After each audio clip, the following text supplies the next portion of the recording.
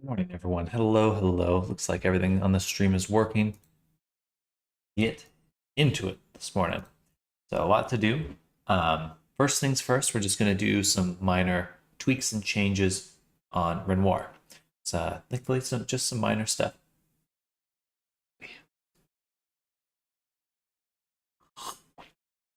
Should go quite quickly.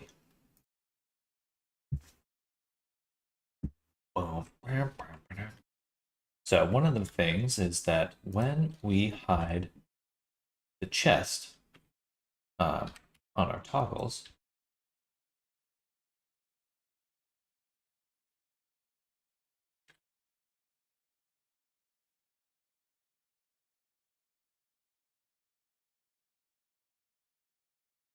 we do this, we need to actually carve out a section that we want to keep. Something like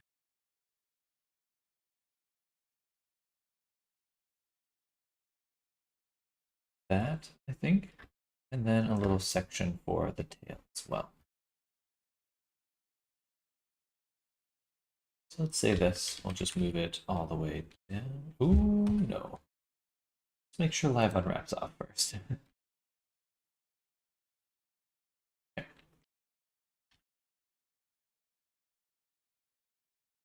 And just to make sure, looks like we've got those covered. The bigger section on the back than I'd prefer, but it should be fine. Okay. There's one. Be right back.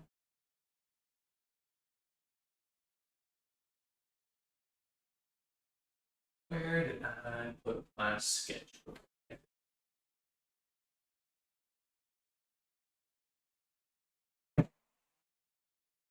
Looking for my sketchbook. So we have the shirt gaps, which we're working on right now. Shirt gaps is the first thing we'll tackle. Wow, I need to shave. I look so high contrast right now. So the shirt gaps, and then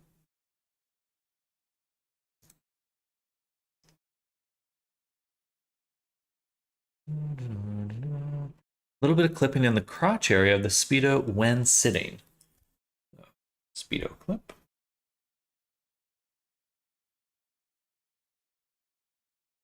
Then buckle rigging, or buckle weights. Okay.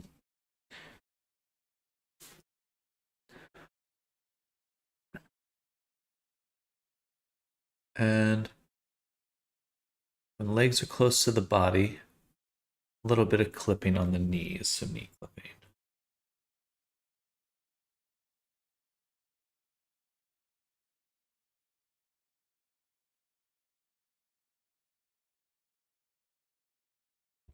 All right. So, a little sip. Oh, yeah.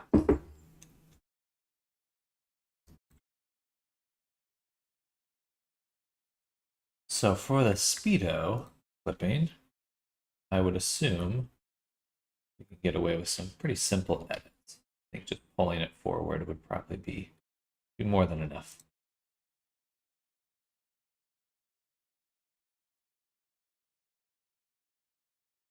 We'll do something like that. A little bit of a bulge. Yeah. Okay. And then the buckle weights on the harness. Here. Grab this. Go here, turn off custom bones. And that should have turned off these deform, but the wings and the hair and stuff too. I don't want to see those on the deform. I don't want to see those on the deform layer. Dang it. Gosh, dang it, Rick and Bobby.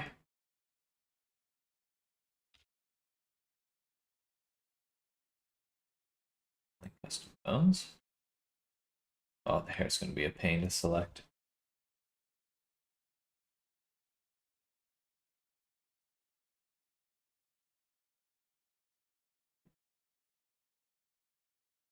I select children.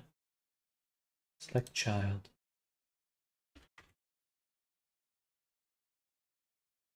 Select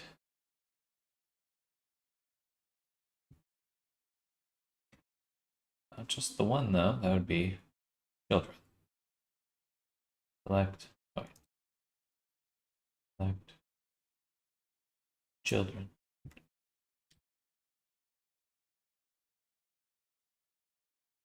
I'll have to use that more often. All right, good. In fact, these ones too.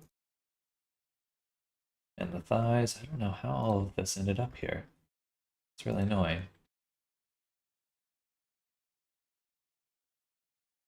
Thank you. Okay. Now it's nice and clean though. All right. So, the buckle weights.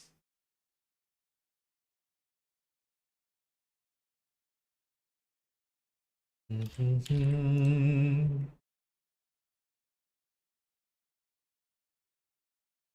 think my mouse wheel is going.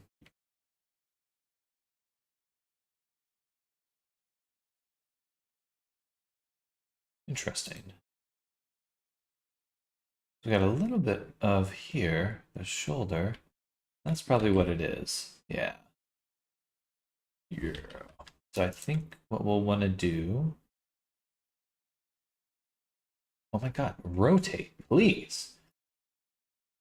Jesus.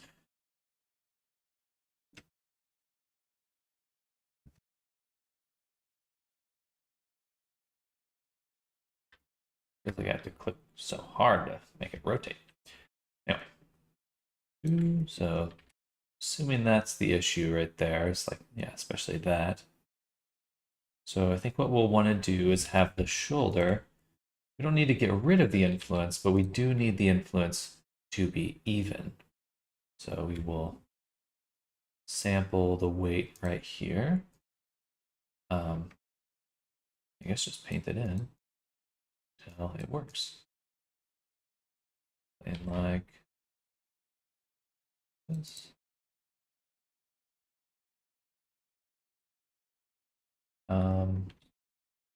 Let's switch this to be fall off. Rejected.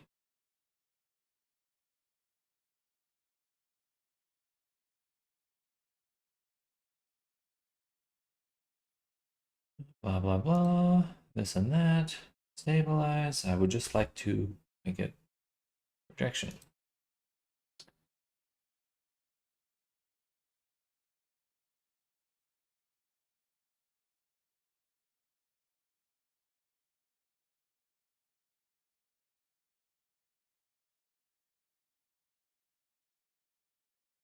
Yeah, turn off front faces only, set it to projected.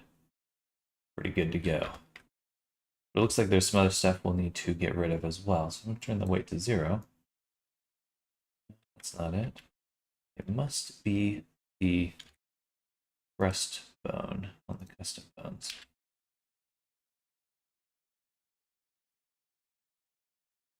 Here, yeah. We'll have to get rid of at least just on the, ooh. Maybe not get rid of, but also set it to an even amount. Yeah.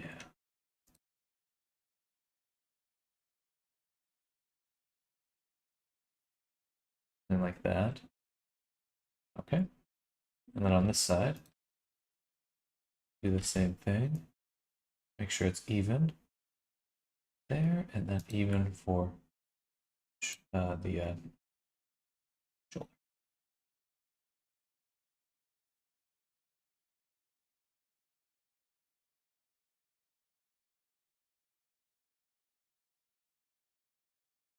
Okay. Now the buckle will move, other parts of it will stretch, but it won't be the buckle stretch.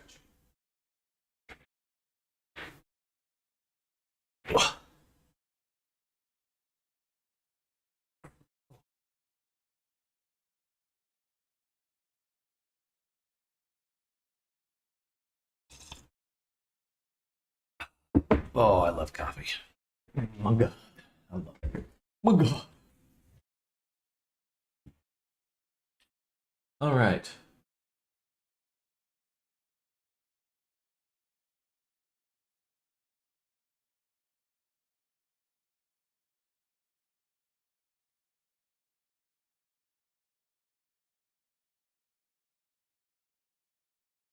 It's all fine. I think everything else will have to adjust in Unity. So I'll just select everything and export it out and open Unity, which will take a little while. Because the project size is gigantic. Gigantic. I'll need to make a new Unity, new VR chat project moving forward. I think I'm going to try to just limit it, like 4 characters per Unity project. You know, just like keep it really. There's 4. That's it. Let me move on. You're gigantic. How dare you? Good morning, Zoom. Hello. Welcome, welcome. Happy Monday. Hope your week's off to a good start already. Samicus Maximus. I readjusted my desk, so now I have to put everything back. Hopefully it's not sliding around too much. Excuse me. But welcome. Welcome, welcome.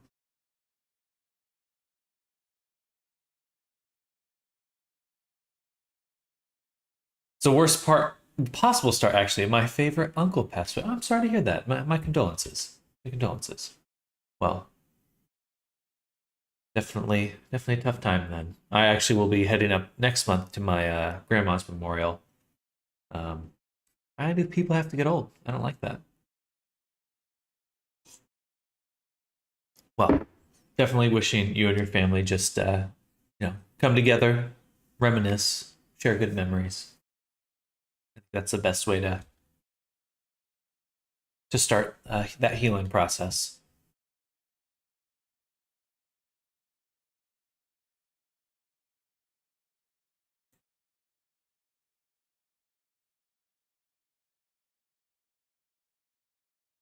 Indeed, celebrate life instead of mourning death, I say. Exactly. Exactly. Death happens. It's what you do in between that's important. And if he's your favorite uncle, then that means he probably did pretty well for himself. This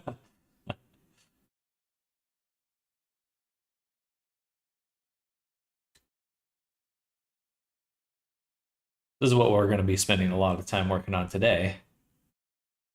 Hair strands.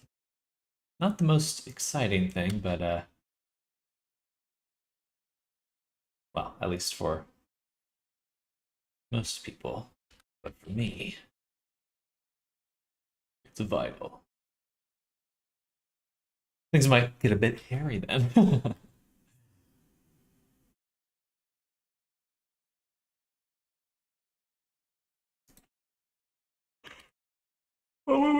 Sorry. Just screaming directly into the microphone.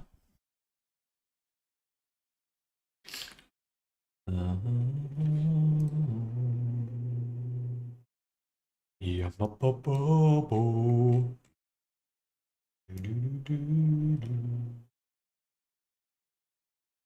Sam's tribal war cry.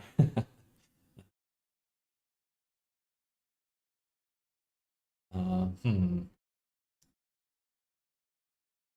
I don't want the geometry or the hair geometry to have a default.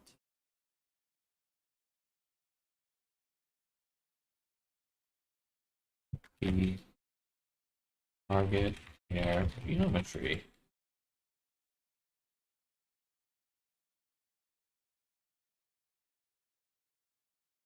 The vertex group at the root of the hair. The vertex group at the end of the hair.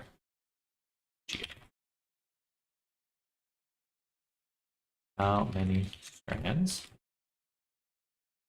to create vertex group to control the amount of strands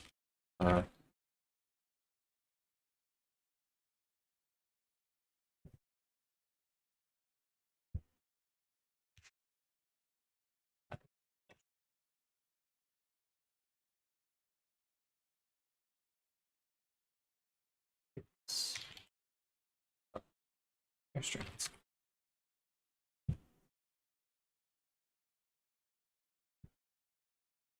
Here. Right. Okay. So I don't know. Not many people in the chat currently have experience with making hair grooms for Blender, but if you have any experience making hair grooms in Blender, you may know it's a huge pain. It is actually a huge, huge pain because hair grooms are quite literally not how you work on anything else in Blender. They just are very, very different. So I made a GeoNode system to create mesh hair grooms. So they are now mesh hair grooms, which may be quite exciting to some people. It's quite exciting for me, I think, because it's going to make creating realistic hair super, super easy. And I'm quite excited about it. But it looks like it's a little busted right now. The strand amount is not doing anything because I'm missing the strand vertex group.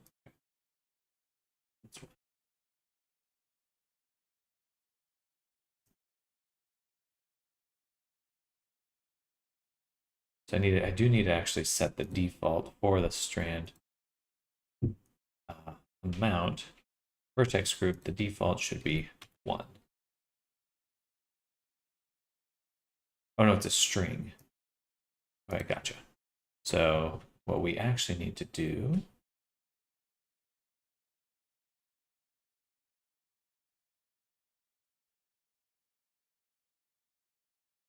is in the strand interpolator,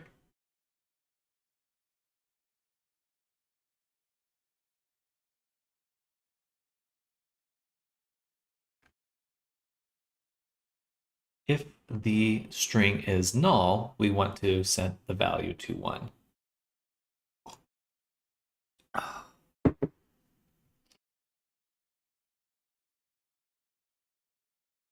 we're going to put in here just a little check really quick. So, compare string if the vertex group name is null, then we'll switch this float 1. So if string a equals nothing, then use the strand amount.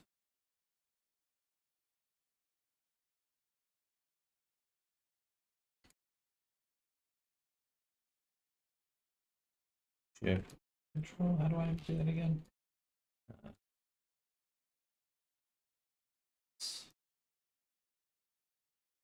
All right.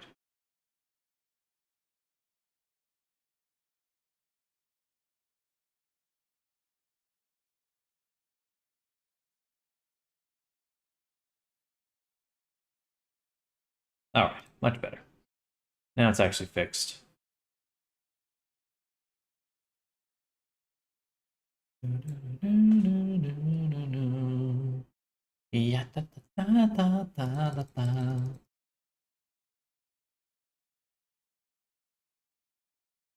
it just looks kind of odd sometimes because it is intersecting with the hair geometry.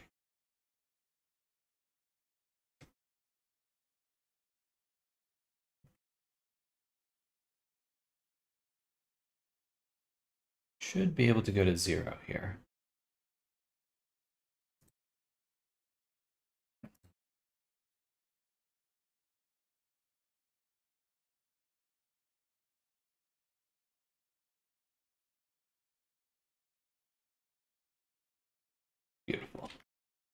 Beautiful, powerful,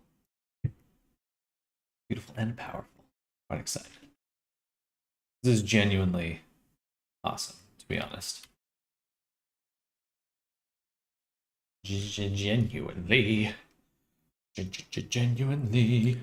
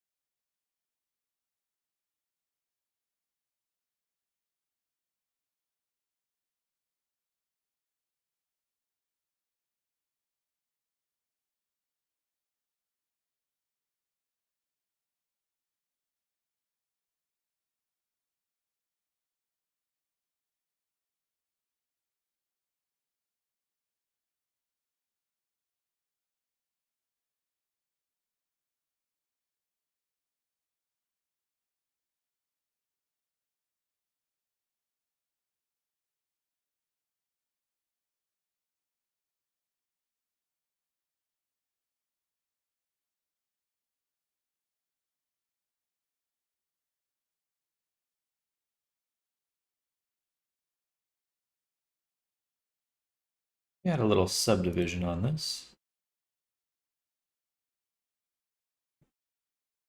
And I can really turn down the strand amount. The subdivision is going to do quite a bit of the work for me.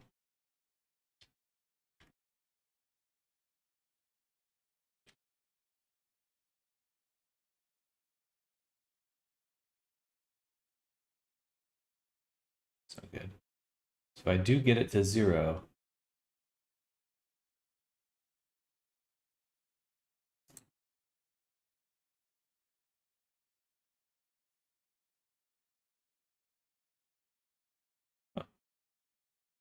I guess it only happens sometimes. Funny. Something about that though, where I get like clicks. I don't know what was happening there. Some sort of snapping. It was just probably some visual bug. Looks good though.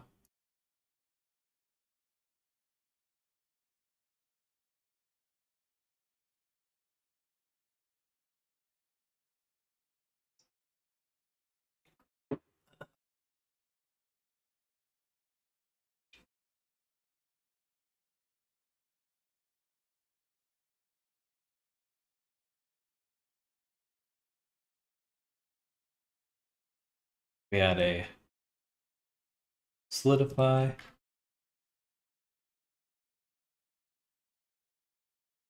Pretty good odds. We have all the hair we need for a clump.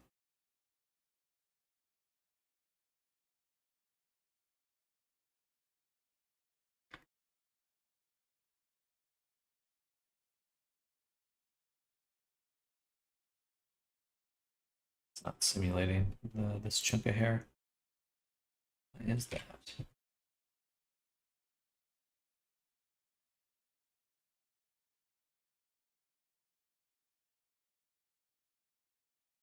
Shouldn't be simulating it.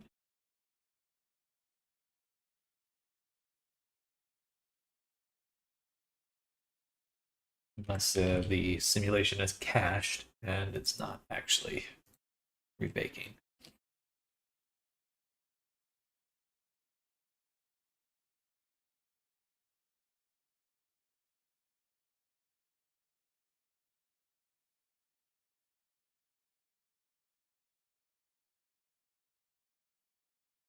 Huh.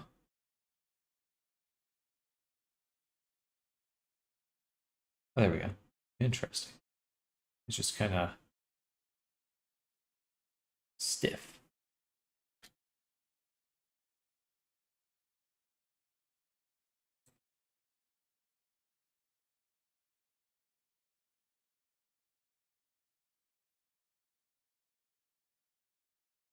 I wonder why.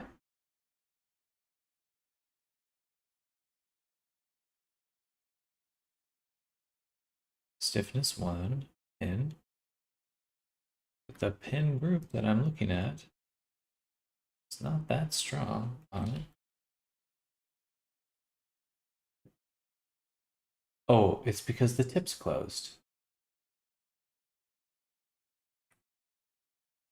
I bet.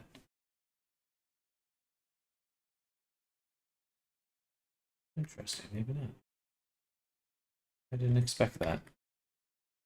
If I rip it, move it out, we get a lot more.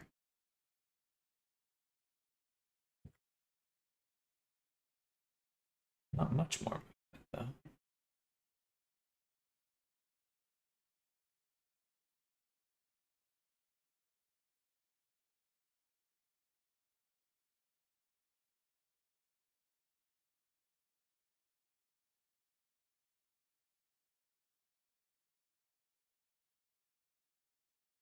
Funny.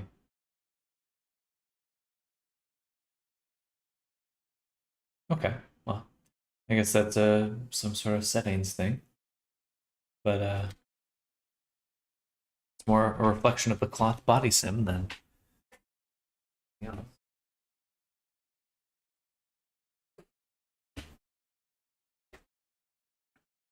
Hello, Jack. Welcome. Welcome back.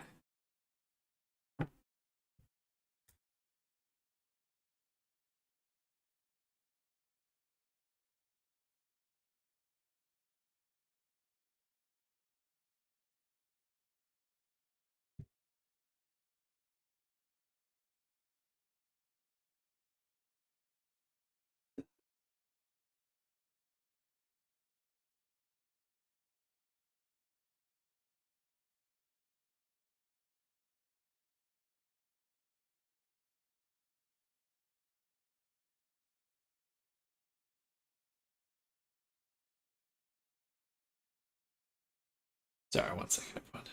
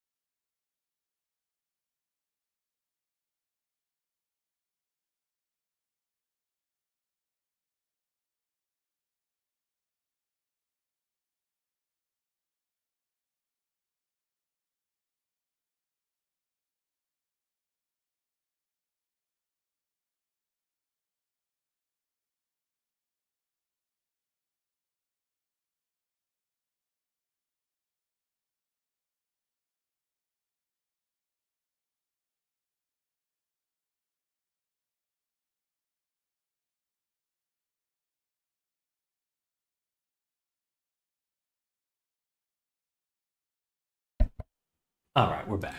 We're back.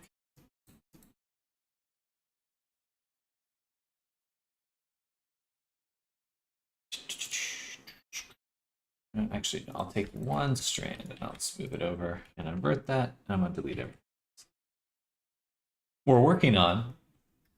I don't know how exciting this is for some. If but you have ever worked with Blender hair grooms, this may be very interesting to you. I've made a new system for hair grooms. Now Now you can just make them like normal mesh instead of doing some weird, stupid pseudo barbershop bullshit. You can rely on the skills you cultivate anywhere else, like a normal human. Normal 3D modeler.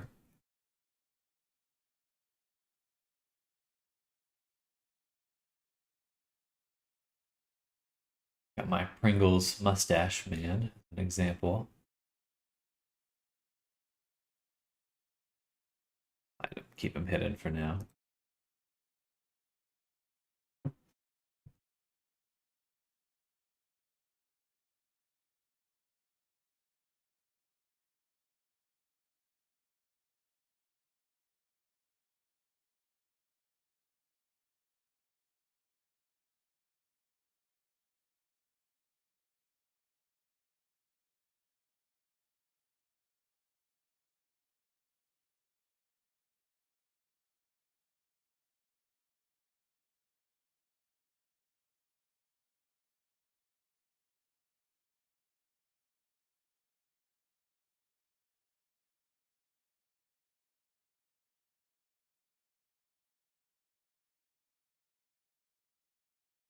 And what's really cool is this actually works with all the hair grooms that we already have. So if we just want to use um, these systems that already exist within Blender, easy enough to do. Maybe not that one, but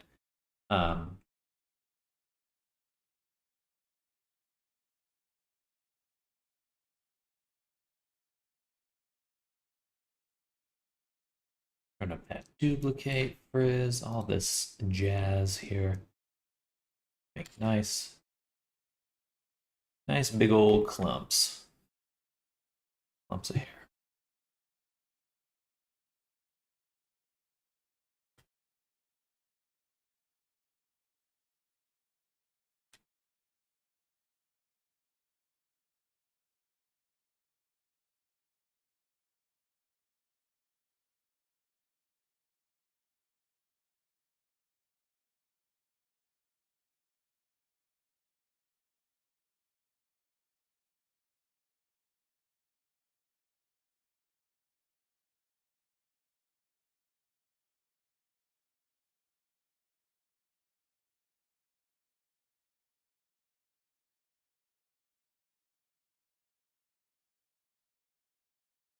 Is this hair system specifically for small strands or viable for hair like Lorian and June as well?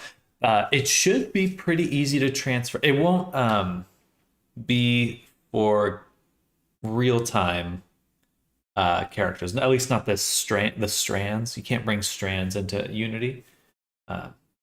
Well, VR chat.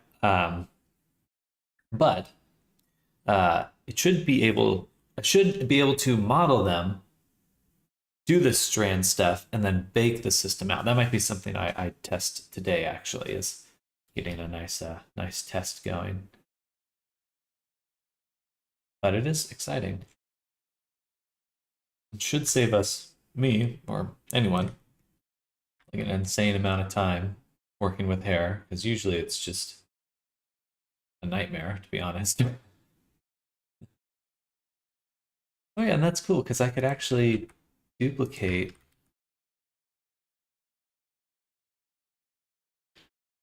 the hair.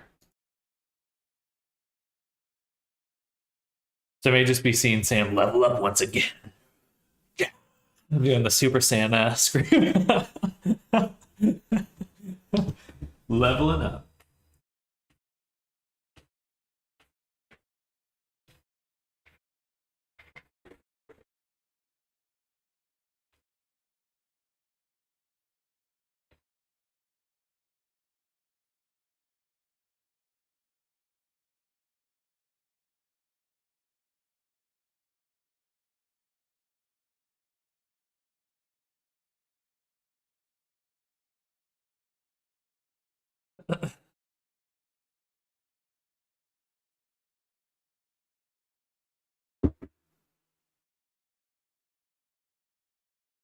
But I do have to turn my attention back to Renoir.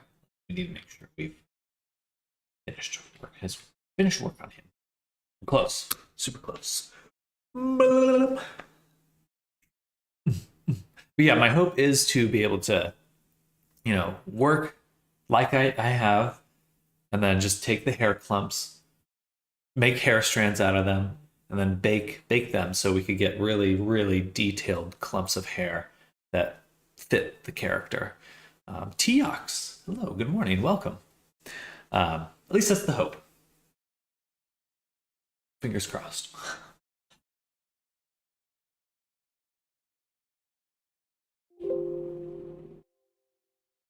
Hello, Teox. How's your day going? We're working on the boy here. Getting him made. There's no gaps in the back anymore.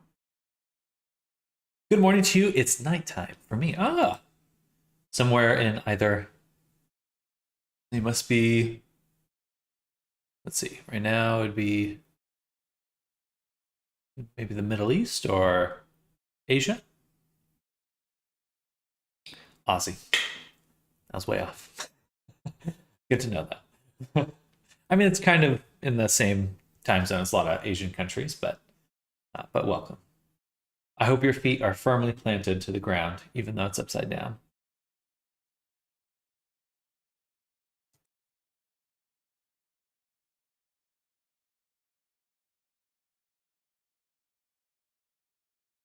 Okay, good.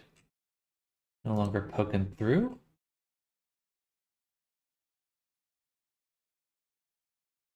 And this is a good way to see if anything's breaking. Oh, wow, that's an interesting... Didn't expect it to stretch like that. That's funny. Wow, that shake. Okay, so the sweater tail pull stretches. So I'll have to fix that. It's 2 minutes to Tuesday. 2 minutes to Tuesday.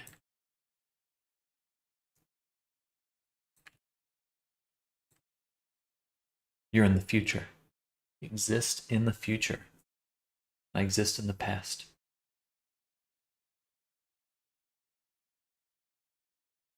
Okay, so we need to look more closely at more crazy physics. Yeah, it's a little nuts. Ricochet.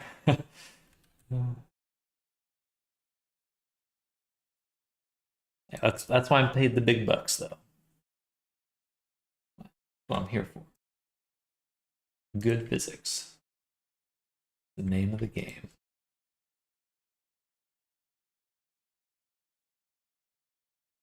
I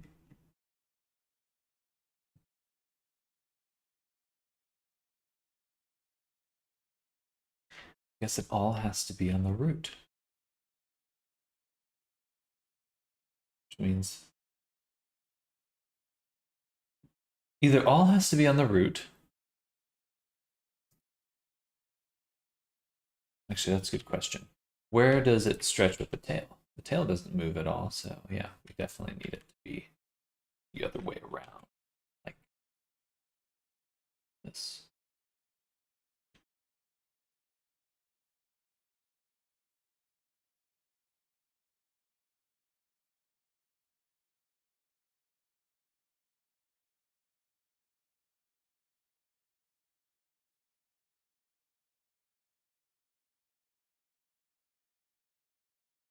Rough. That is rough. This might take a bit to get working properly. Do I like cars? Depends. Like some concept cars, maybe. I like concept art for cars and things like that. Wouldn't say I have a particular love of purchasing vehicles, but certainly if it looks cool, then I'm into it.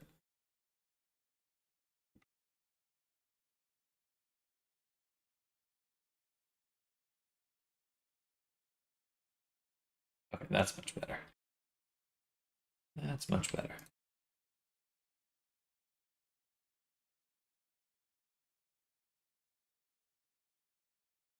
I did grow up in California, Oxnard, or near a town called Oxnard, which is very much has a huge car culture. There's a lot of very interesting cars there. Do you like new cars over old cars? A different kind of love for. I love the aesthetic of old cars. Definitely, like like an Impala. Those are classic. Like a, I guess, 70s, 80s muscle cars are uh, definitely a lot cooler than some of the. I would say the Impala, the Mustang, Charger. They all looked way better than they do now. They look disgusting now. They look like a fucking shoebox. Whereas those older cars just, and they just stay looking good. Um, Especially, I love the Impala. That's a good one. Just the slope of it, shape of it. I think I'm referring to it correctly. But at the same time, I do love electric cars. So um, I really like really excited to see how cheap electric cars are getting because I think that's important. And there's going to be a lot of good transportation should be cheaper. So I don't think gas cars can get us there. So, but I uh, do love older cars. There was actually a Corvette meetup, I suppose, literally right next to where I live last weekend. So I got to see a ton of old or just all types of Corvettes. Mostly the same, most of the newer ones, which don't hold as much interest in me, but there's some older ones there. Um, Definitely a lot of money. A lot of money. Old 911. I wouldn't be able to point out cars by their names, but I will assume that's a good one.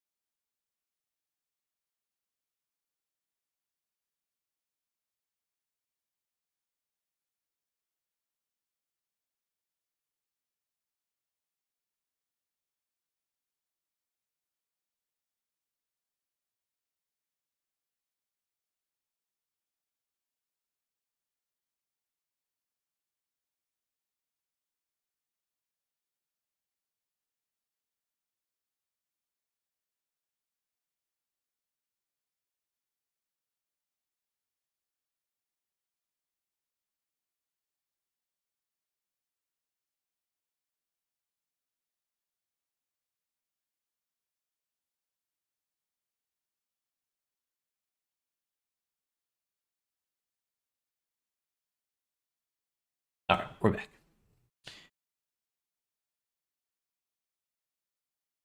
And hopefully the character no longer stretches weirdly.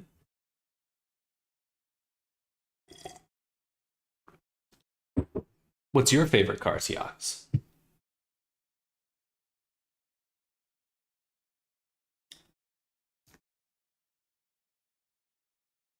Much better. Still a little bit of stretching. Oh, my nose. But I think that's manageable. That's not breaking anymore. All right, shirt's holding up. The sweater's holding up. Um,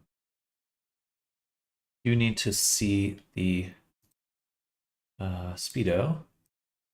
Make sure that's not. Ah, the harness is. No way. Why is. Oh, right. That's right. Got it. That stressed me out so intensely for a moment. It's because it's a bug. There's a bug in the Avatar emulator. So, yeah. Really like the BMW E46 M3. It's a 2004 car. Let's see.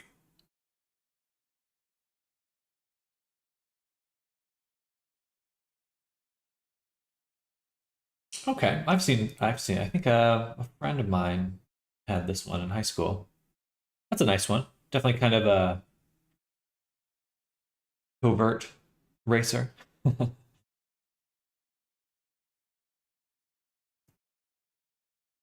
Generally like cars with four wheels and the ability to move me where I need to go. That's definitely the main love I have for cars as well. Must have the base model. I would think so. It might have been an older version. Or no, sorry, it was definitely a BMW. It was a BMW that looks kind of similar.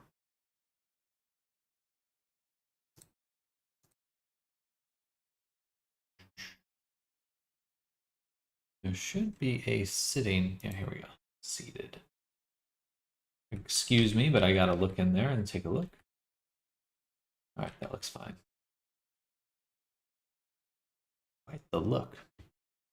All right, I think we fixed that. And we fixed the buckle weights. So now it's just the knee that is clipping. So we have to go into the FBX settings.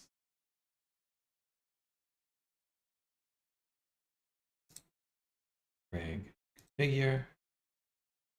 Go to muscles. Hello, Withered Foxy.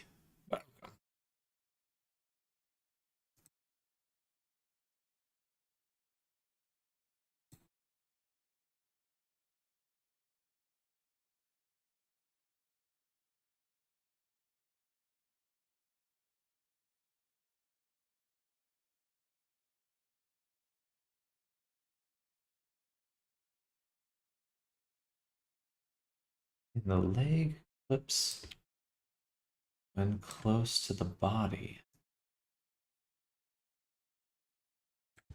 But where? Where would it be clipping?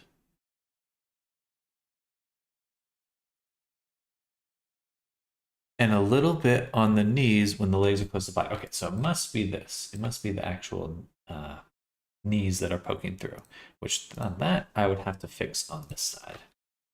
So.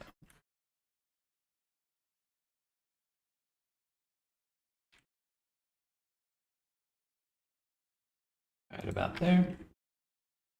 And I'm weight painting the wrong thing. I need to weight paint this one. And I'm gonna go now. Have a good day. Enjoy the rest of your evening. Get some good rest. And we'll catch you later. I stream every weekday, so I'll be here. I'll be right here.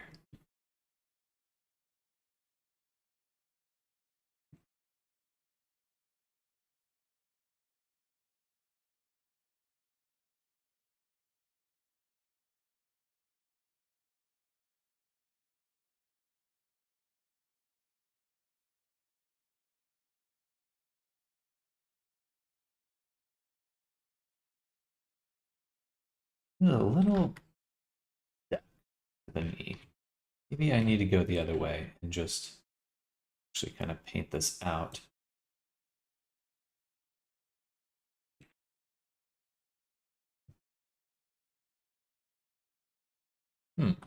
Oh, that's because of the other side. Gotcha. These should be getting mirrored.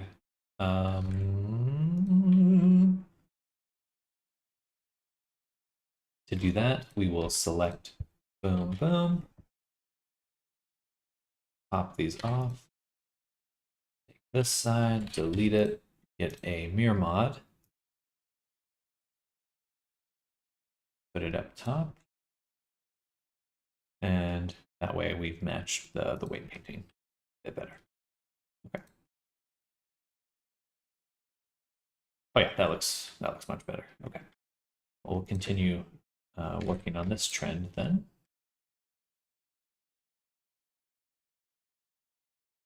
Get them nice and shapely.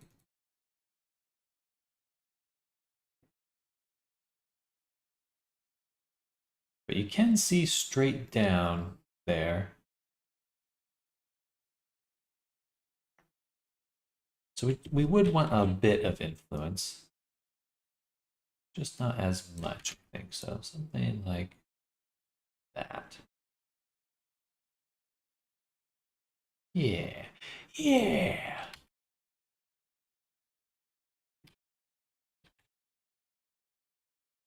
I think that's good. That's probably exactly what was going on. Okay, so now we can go ahead, take this, apply the mirror, recombine it with the bandana, and re-export.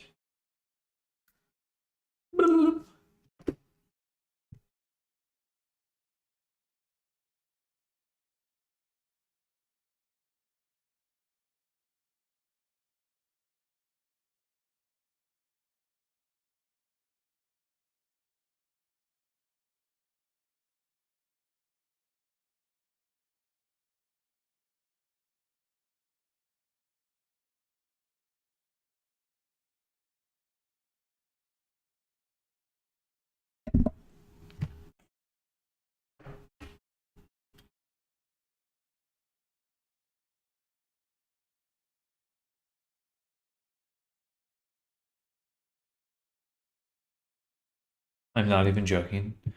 My upstairs neighbor vacuums.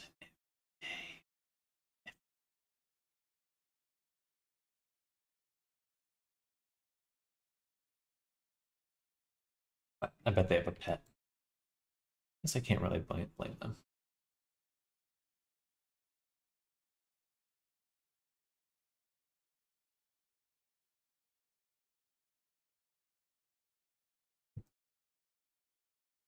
Darn. Back is definitely clipping more.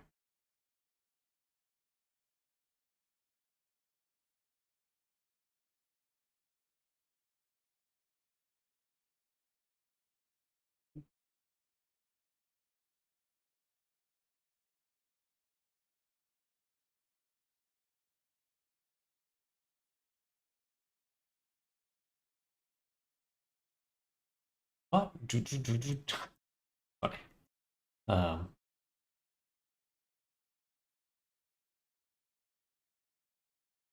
okay, how am I gonna fix that? Very interesting. Very intriguing. I can take the spine, rotate it, and we get that clip. I think I'm gonna want to edit the body weight. So we'll go in here, weight paint, and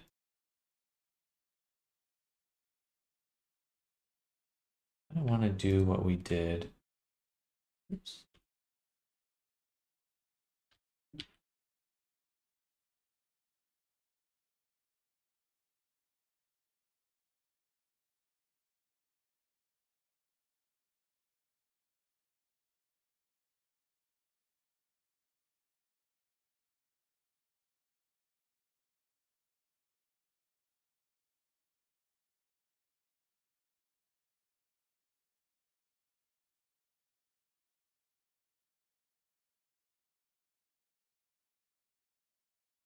Yeah, a little bit like that.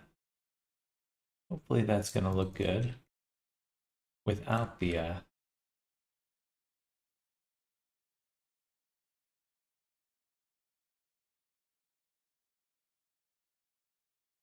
weight painting.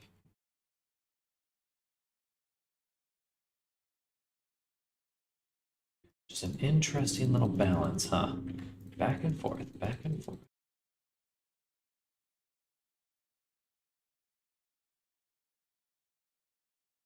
But I think we nailed it.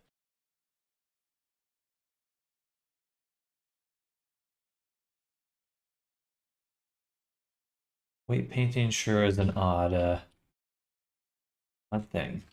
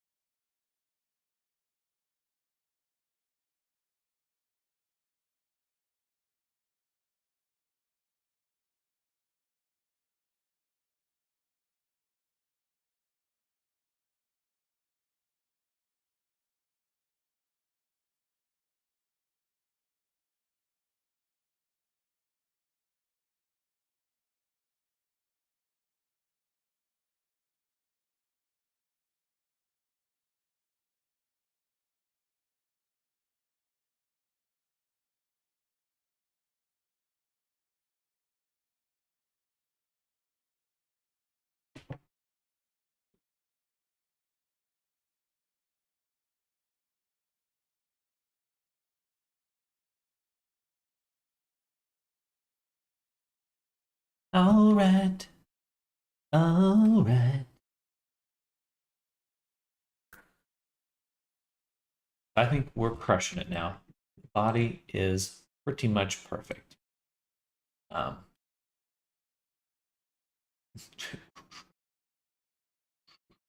I definitely need to keep in mind next time I'm making like a hole in clothing or any sort of anything that just need to keep in mind what should or should not stretch. That's kind of the key thought with rigging, really. It's like, does this spot stretch with this bone?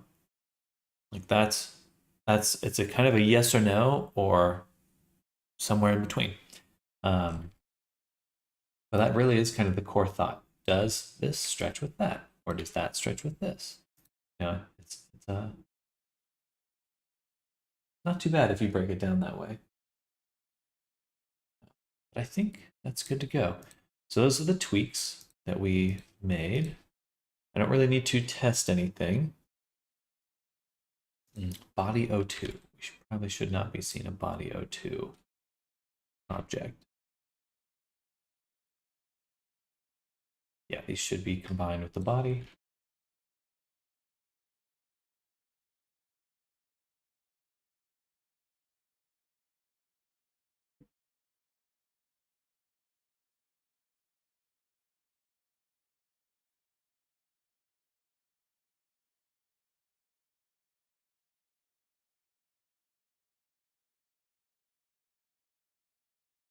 All right.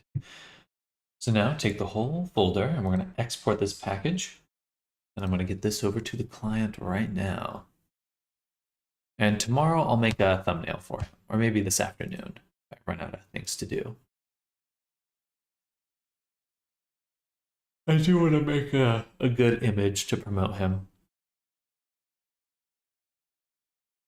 Or when I add him to my portfolio.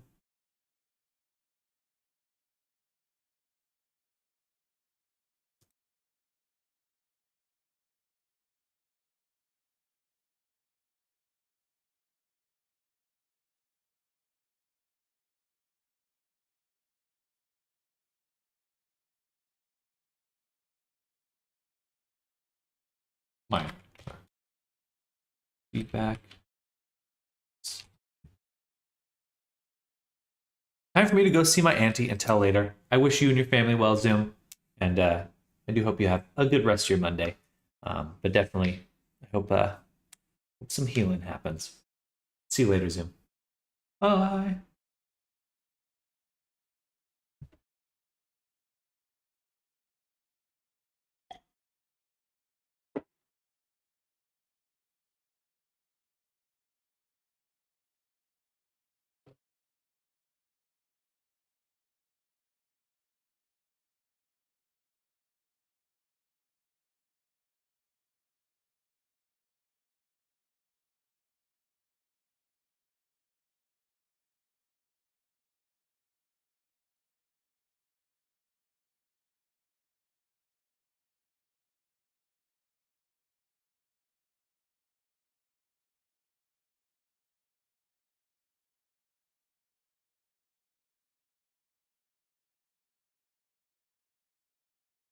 Okay, exported.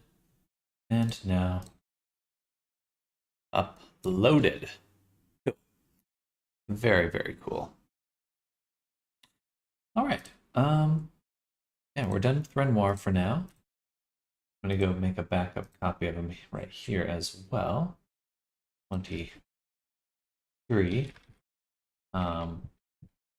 Tweaks made.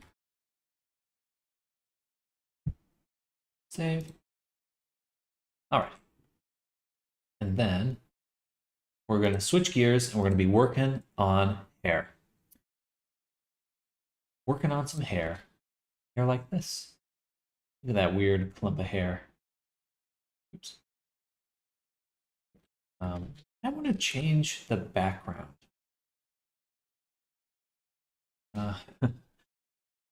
This is a total tangent from what I was just doing, but I really don't like the background. I want it to look better.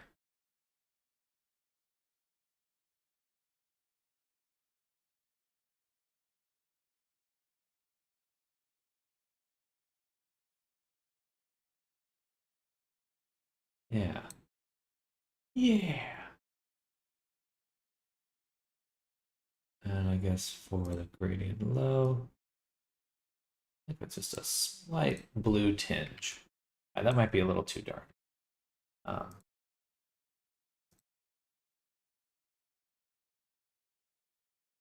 where was I? I was in viewport, themes viewport. And down here, there is a theme space, gradient colors. Let's take out the saturation. In fact, we'll make this brighter. Let's make it match this color exactly. Or actually, maybe this one. And then the low gradient will be like that.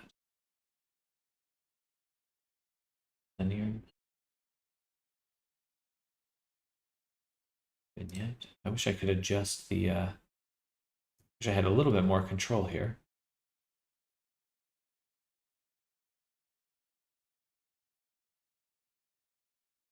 Oh, actually, the edges being darker. Be a little bit nicer. That's still not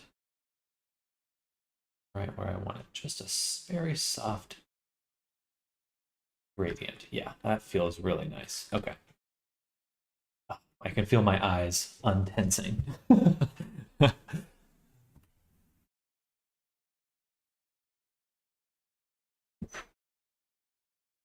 Pretty minimal difference, but I like it.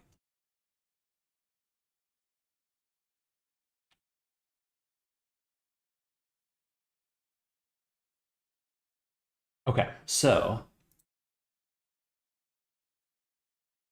what's so cool about this is this just one hair clump. So I'm gonna just do examples, I guess.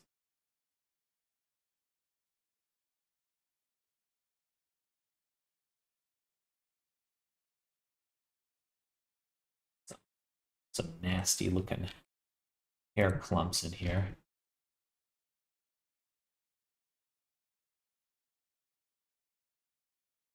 Nice. Gross, but cool.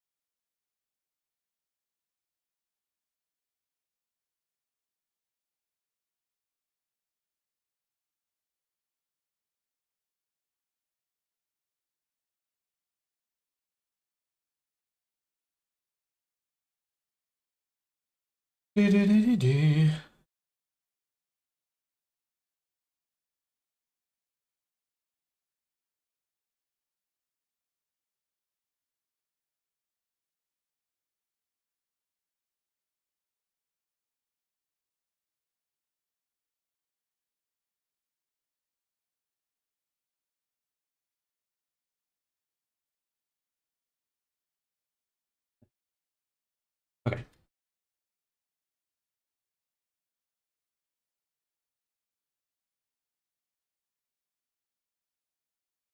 So I do want to actually test baking the hair.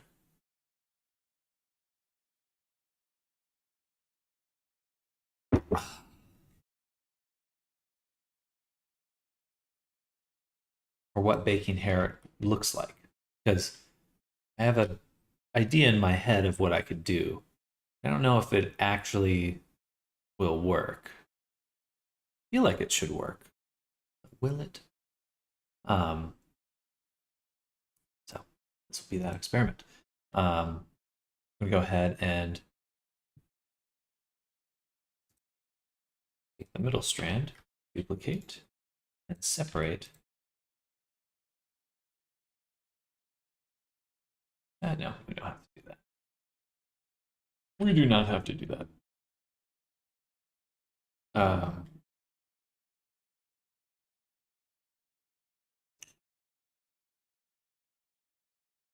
Back in the hair geometry, select the main strand, invert that, delete the others, take this chunk, move it, extrude it back, and extrude it in. And now we've got lump.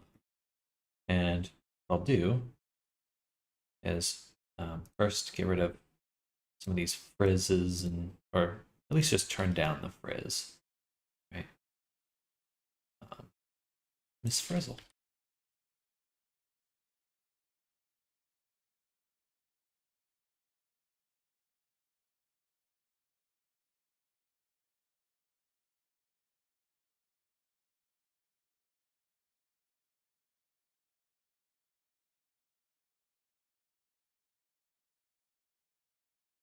All right.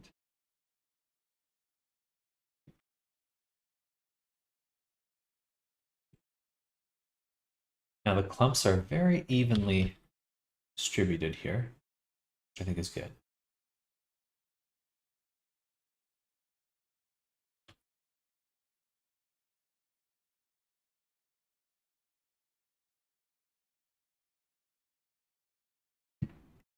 Okay. So we want to do this. I want to bake.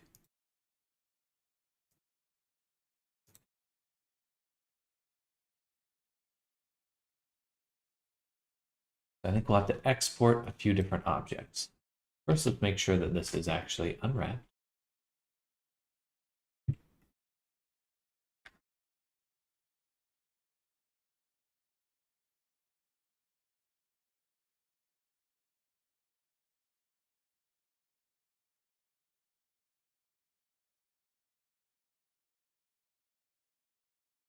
Like that. And then we'll go ahead and export the selected object. And I'm working on hair geonodes. We'll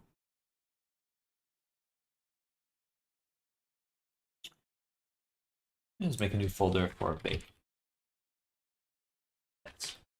Okay. And we'll call this hair bake 01 export.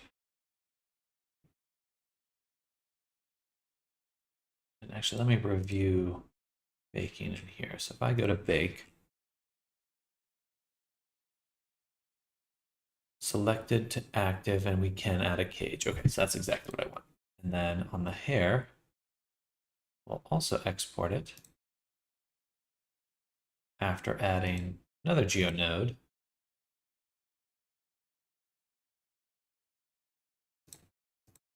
We'll call curve to.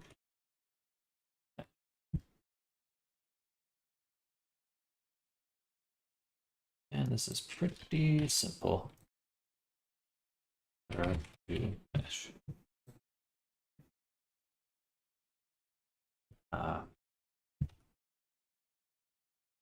Purple.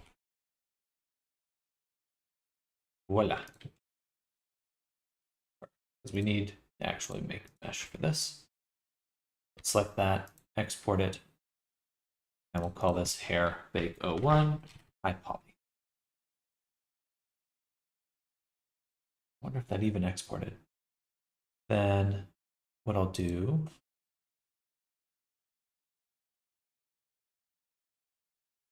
duplicate hair geometry and just do Alt S until we encase everything.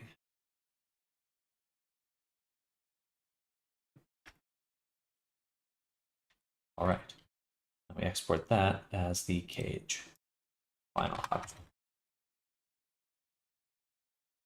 Now, file, new, general, delete. We'll save it here. Here. Put it here. Here. Bake test. Save. File. Import FBX. All three of these. And yeah, the curve did not bake, which makes sense. So to bake the curve, what we need to do is make a mesh cube. Add a geonode. And we take in the curve here. We output the geometry relative, and we just say y. And yeah, okay. That's what we want to export now to the iPoly. Then we go back to our bake test. File, import the iPoly. Beautiful. Okay. I'm going to hide this for now. We're going to go to cycles. We're going to set it to bake. Lighting. We don't need lighting. Or I just need to set this to one I want. Let's just do ambient occlusion for now. Hello, Shatter. Welcome. Willkommen.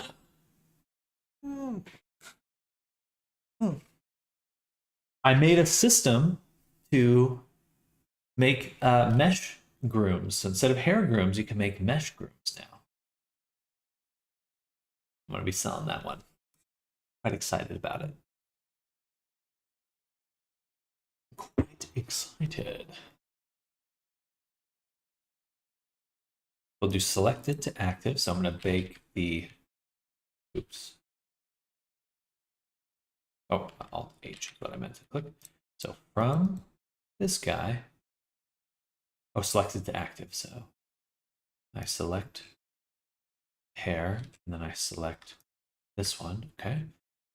And the cage is this one. And we'll go to bake settings, render. I'm gonna just keep it at 100. Correct. So usually you have to do for like a hair groom in Blender, you have to use the like curves and you are basically like trying to be a barber. Fuck that. That's stupid. So I made a whole system to so you can do just meshes. So you can just make a mesh for the shape and the hair follows it. Adds, you know, it's so funny that there's a system that's just so completely different from everything you normally do in Blender. It's like, oh, we're going to build the foundation on 3D modeling, except for this part. This part's going to be its own weird thing that is really useless. Anyway. Well, thank you, chat. I appreciate that. I'm excited. Right now we're testing baking it, so we'll see how it goes. I think we're good to bake. I need to make a from selected to active. This should be the active one. And I need to give it a material. In the material, I need to give it an image texture. And in the image texture, make it a 2K map. Bake test. No alpha. Actually, I will include alpha. New image. Hold on to that and hit bake.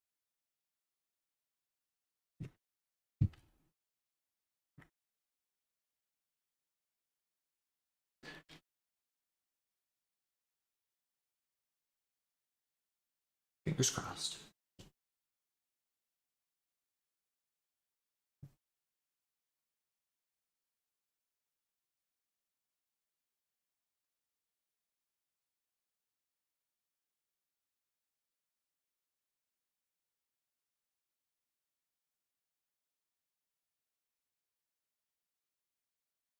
How's your day going, Shadow? What are you up to?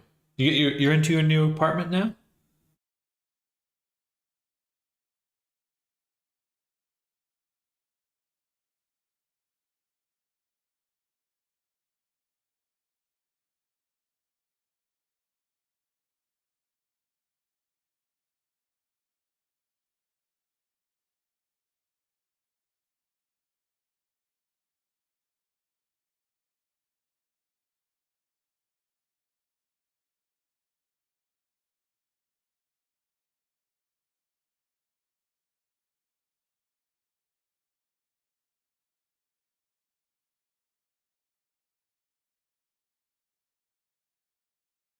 No, not yet. Well, still packing. I got most of what I need packed now. I'm just doing sale prep work on the house. Gotcha. Gotcha.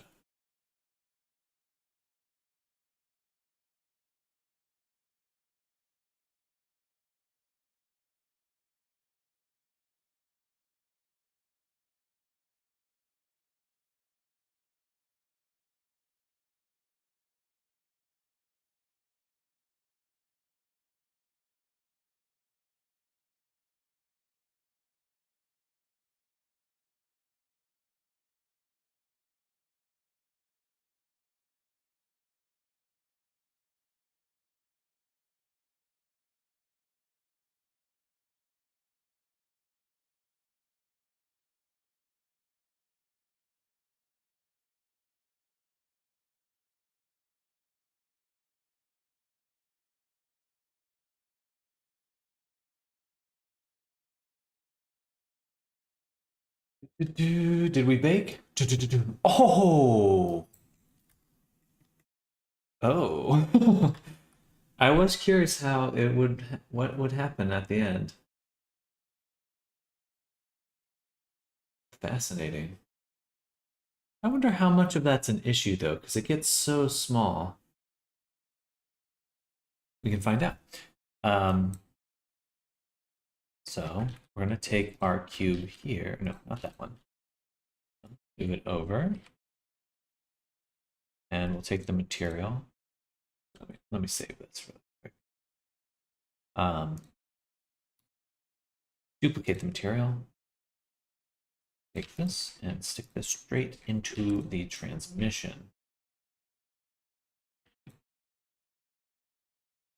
Trying to stub off loose projects too. I've just moved to a new Notes app. I'm working on making sure all my notes and backups are valid before I put PCs in boxes. Smart, very smart. Dude, I guess I could bake a distance value too, and that would be a good way to sample or cut out any of these stragglers. Actually, no, it wouldn't help at all. Never mind. Unless it was a normalized distance.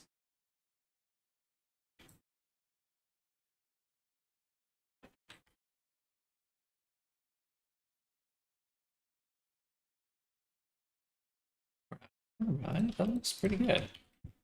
Vert. Oh,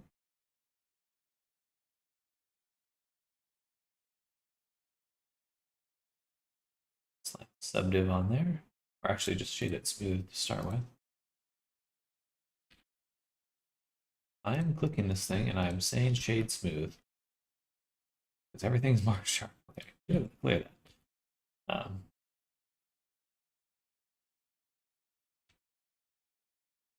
Hmm, interesting. Is the UV turning into spaghetti at the ends? It definitely is. It really is. Because a lot of times with hair cards, but it looks pretty good. Maybe. Let's see. Let's take our invert here and also feed it into the color. Or maybe not this one.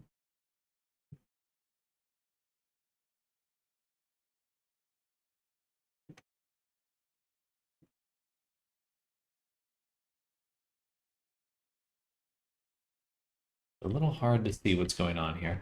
Let me take the background and we'll do transparent.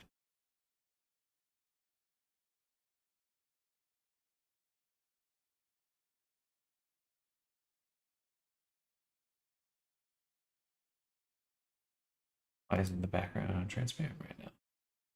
Because this here.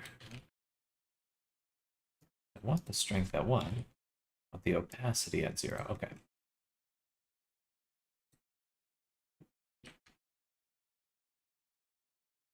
I think we need to actually just use a mix shader. I always struggle getting it working right. Alright.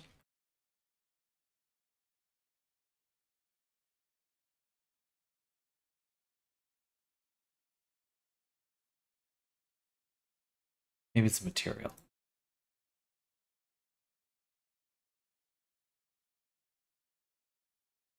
With it coning down like that, I could see that it does do the same for like a straight ending edging of hair. I'm assuming it would not look as weird with a well, that does look good. Okay, there we go.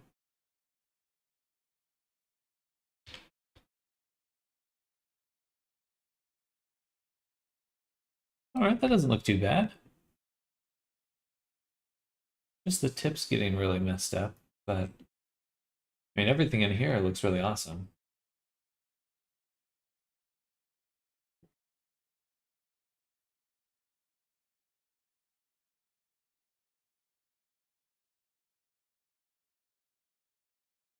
But this is going to let me make a lot of custom looking hair. I don't have to rely on hair cards. I can actually just model out the hair I want, then bake it. We just need to figure out a good system to taper this. Actually, you know, what it would be is simply just adjusting the length, right? If the hair ended... Is the issue the normals, or is the issue... Hard to know what the issue is. Or is the issue that it's sampling the strands of hair past the original one?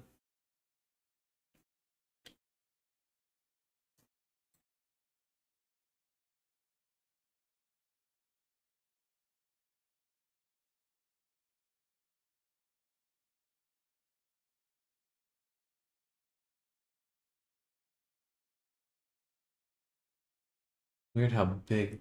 You see this hair strand got like ginormous on the map. Some of these get so thin they disappear.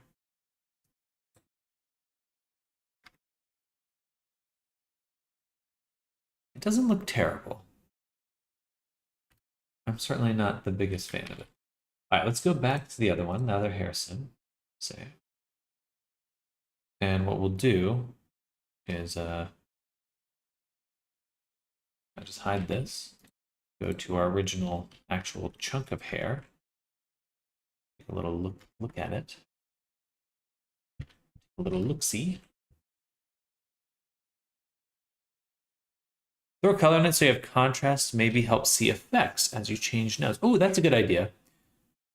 If I baked in the length of the hair strands, then I could just blend out the tips.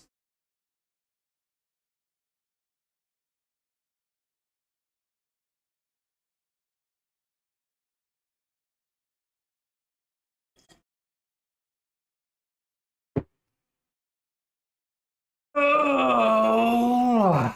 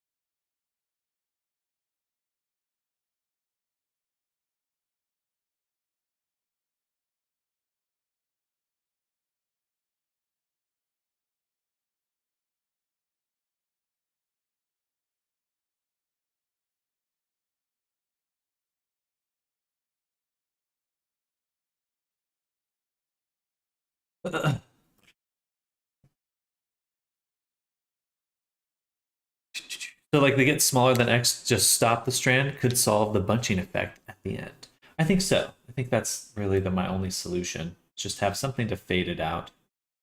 I mean, I could do it manually. Back to the hair bake really quick. And what we'll do is we'll just add a gradient texture here.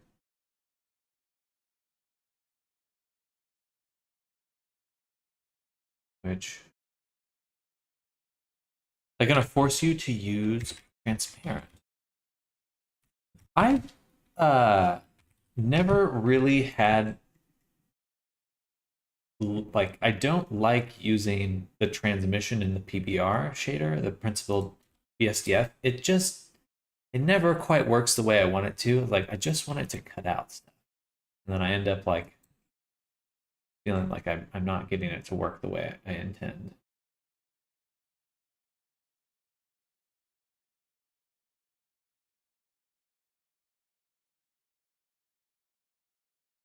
Interesting.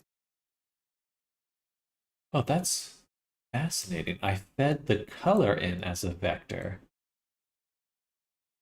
And now it's giving me an interesting way to control that. I will have to remember that. That's not how I wanted to do it, though.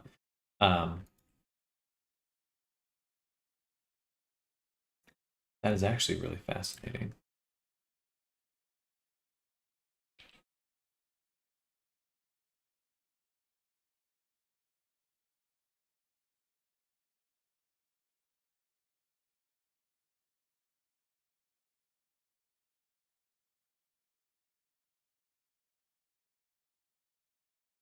What?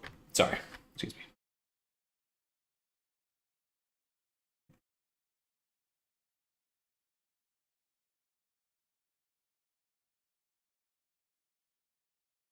Transparent is super performance costly too, right? Uh, I think this is simpler. The more stuff you have for a shader node, the more costly it is generally. So I think in general, I mean, just adding it, yes. But if I was to replace this one completely, like if I just had a diffuse and a transparent, that would be simpler than the BSDF, than the PBR one.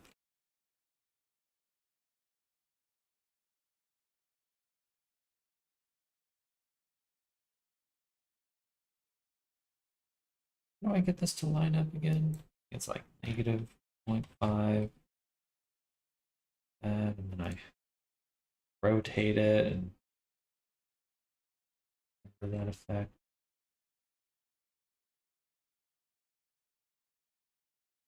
It's still off on the side. I don't want that. I would like it from tip to bottom, please. Let's just make a plane.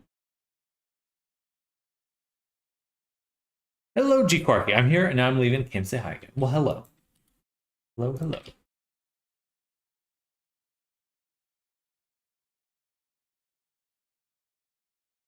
So I don't lose my streak.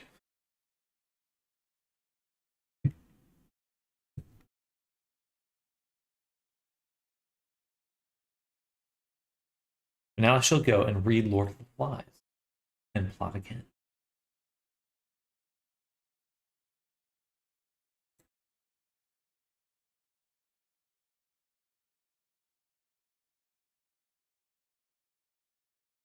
I don't know if that's right, but that's working better than that's it. 90 or maybe negative 90 seems to be the best. Okay, now we actually got something going. And yeah, if I just fade out the tip, oh, not quite. 0. There we go. All right. I don't know if that's how that's supposed to work, but that's what we're doing. What we're gonna do. Okay, so I could just fade out the tips this way.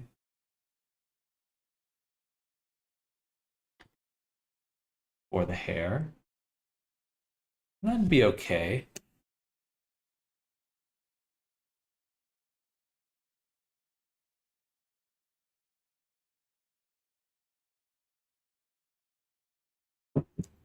Before I go, what the heck are you even making? We're baking hair. We have a big clump of hair in here, and we're baking it into a texture. So this is the original geometry version, and this is the texture version. These strands are not physics slash weighted, are they? They have an animation for cloth, but it's not moving while it's baking. And it is at frame 1. That shouldn't be in movement.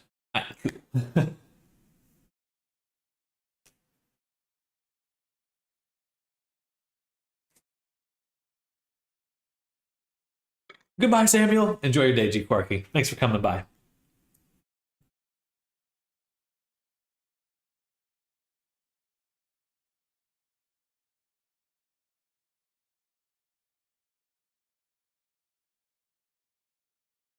Hmm.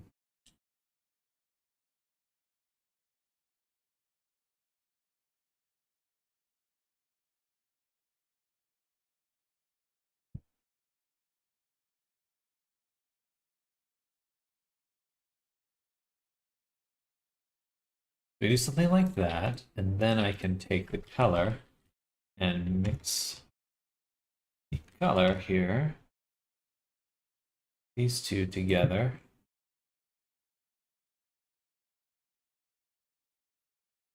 Or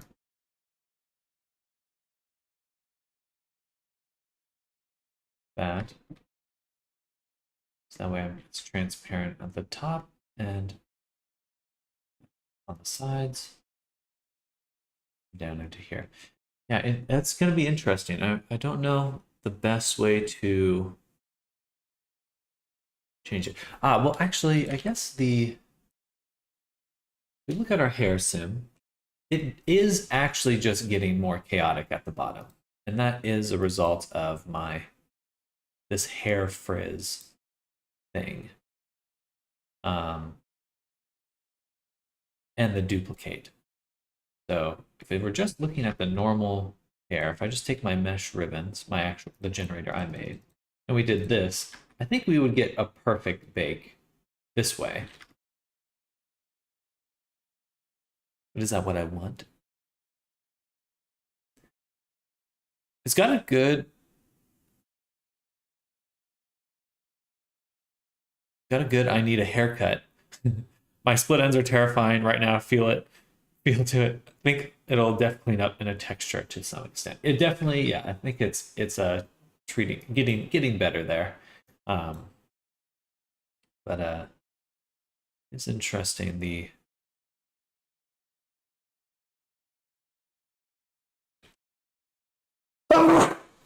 excuse me. The distribution, I think it's this duplicate node. I made it 0. I pushed it out from there. We'd get that extra thickness, but I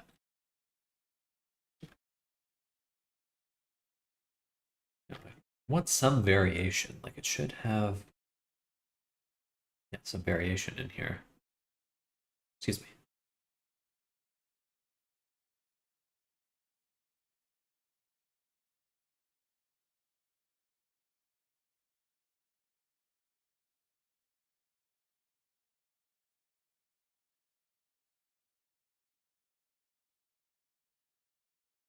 The frizz doesn't work. It just like pushes everything out. I would love one where it kind of makes like a little sine wave along it. That would be nicer. Something, if I push up distance and then I turn down factor, maybe we get something a little bit more like that. Keep pushing up distance, but then keep the factor very low. It's like kind of a possible battle. Just keep coming back to the same point.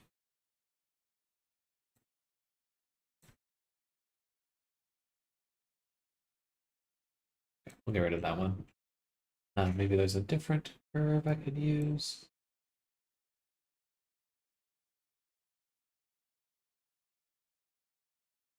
Clump. Or maybe I frizz then clump. Hair curves noise. Let's try that. Hello, Electro. Welcome.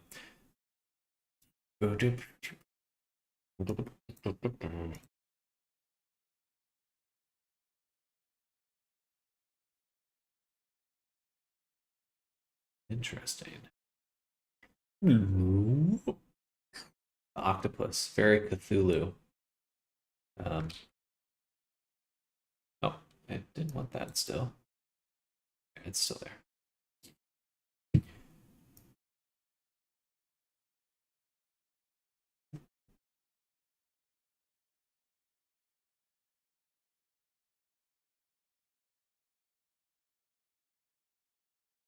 Do I have experience working with hair cards? I've made a few. But I want to be able to bake my own. I want more custom hair. I don't want to have to just do a hair texture, I guess.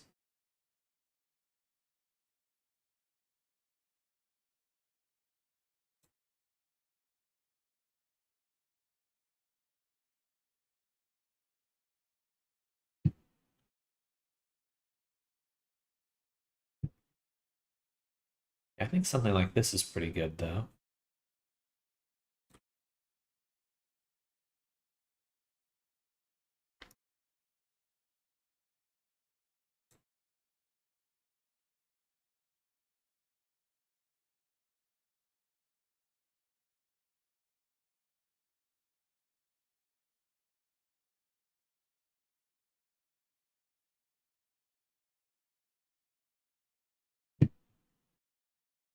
Might not be enough resolution for it to really get kind of crazy, though.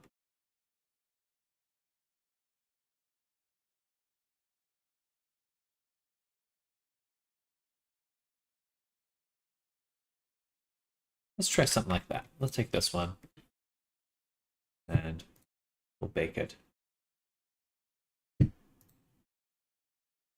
Do hair high poly B.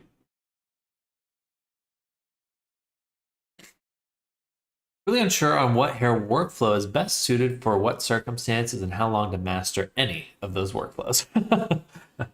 My hope is eventually it'll all be like you could just bring in a hair groom and then you're just working with your hair, you know, you're not like trying to bake it or anything like that.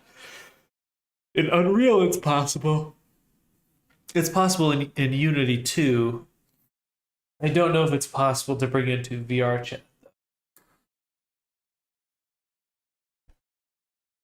Let's see. Hair grooms Unity.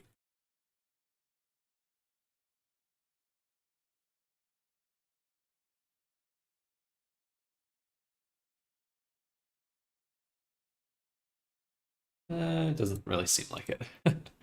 But of course, Unreal has it because you know they actually care about their product. Um,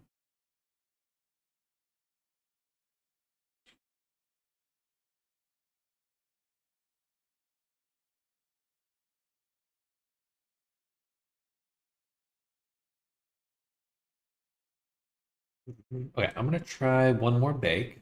We're gonna take this big old clump of hair, move it out. Are those grooms better performance wise? No, they're definitely more expensive. Grooms are absolutely more expensive. Um,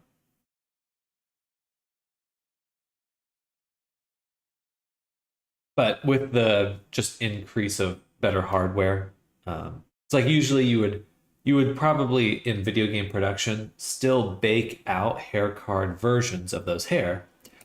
You would just do an LOD system. So after a certain distance, it switches to hair cards, and but once you get up close, it switches to the strands. That'd be my guess.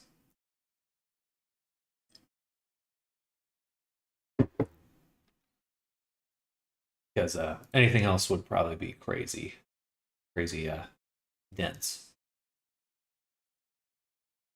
I mean, double the work for AAA games. That's usually how it goes.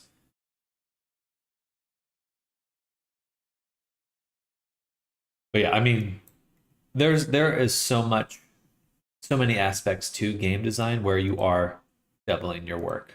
Like even just not quite the same, but like making UV maps for your characters. Like technically every character, there's two versions of that. There's the flat version and then there's a 3D version. Which is, it upsets me. I mean, it doesn't really upset me, but it is interesting that that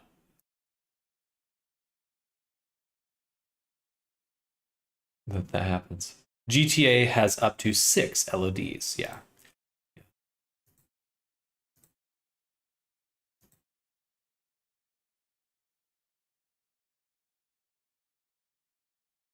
And we'll just drag in my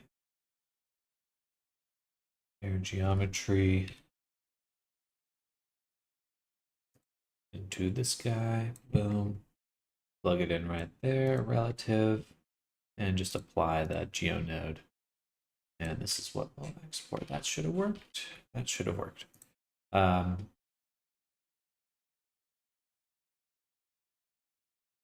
okay, it did work. And now apply. Dragon D's nuts. Well, hello, bot. Welcome.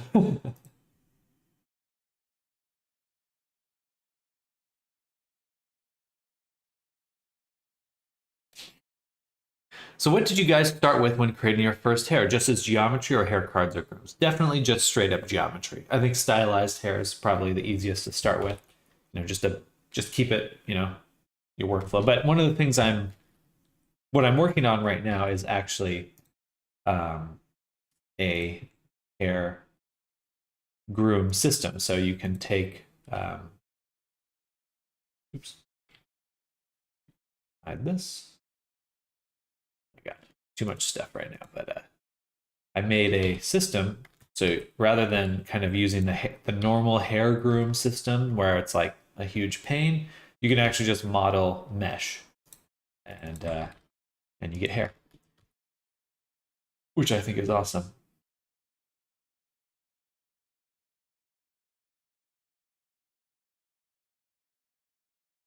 And it's got soft body physics and stuff. So that way you kind of get the best of both worlds. I haven't seen an add-on for it. I'm sure it exists in like other game engines. But in terms of Blender, I don't like it a lot. This noise is based off the world.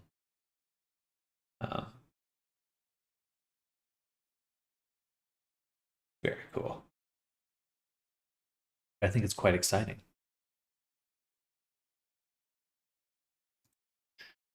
So far, I have not found an asset that does that. And one of the biggest complaints with standard hair grooms workflow in Blender is just that you can't put tilt on any of your hair strands. Like you can't turn them. You can make the strand, but there's no rotation value. There's no normal value. So this is one way to fix that. And also you can just use straight up soft body physics. You can also blend in vertex colors. And yeah, and it works with other hair groom stuff. It still works with the standard hair grooms you would have in here for the most part. Definitely another area of 3D modeling I need to gather experience. Well, you know, maybe down the line I'll do a class for this one too.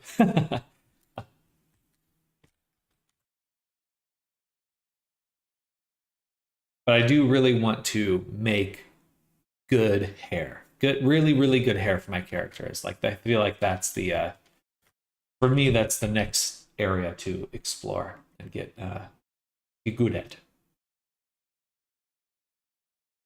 Did I export that one? I don't know if I did. I did. Okay, perfect. Nice. Now we're going to try baking a second image.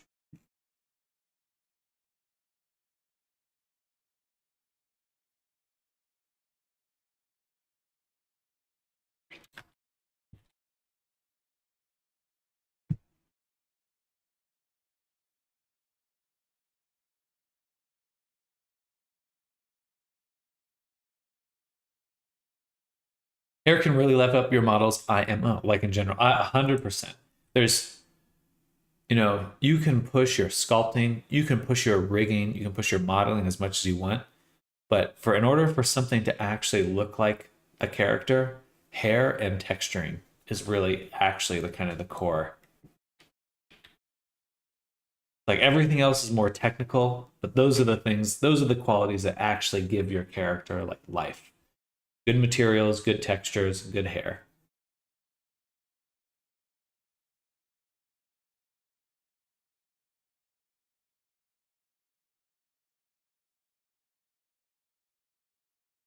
All right, we're gonna bake again. We're gonna take our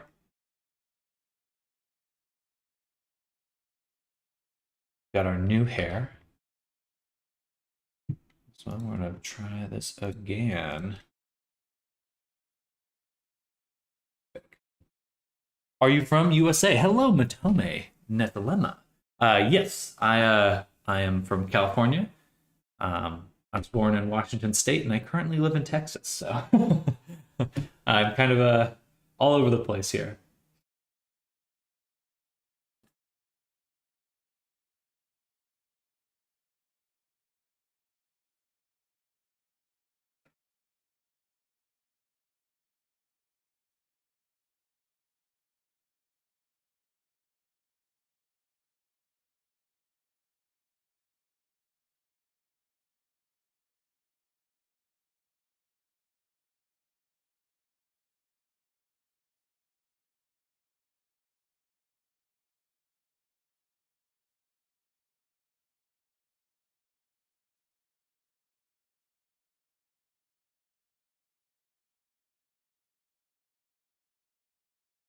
By the time I am 60, I finally mastered all of 3D and can start doing the project I postponed in order to learn everything. Boy, do I feel that. I mean, I got into this. I was like, I want to make my own animations. And then it's like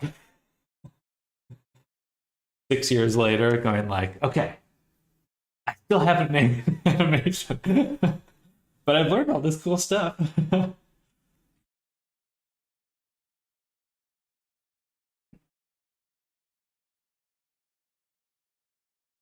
There is just a lot that goes into this. And that's why people form studios, you know? You don't have to learn everything if you want to work with a studio. You just have to be really good at a specific thing.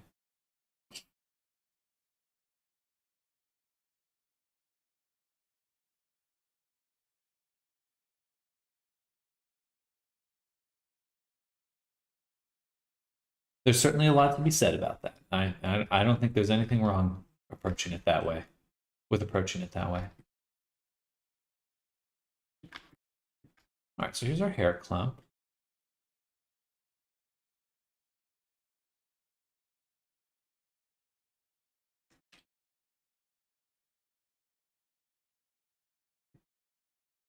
Seems like it's still going to look really weird without the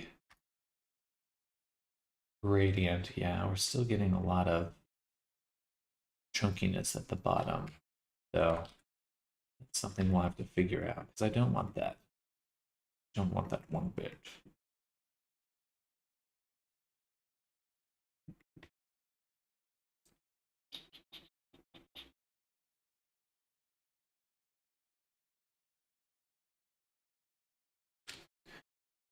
I'm not very good with hardware. I want to upgrade my GPU. Which cards are good for Blender?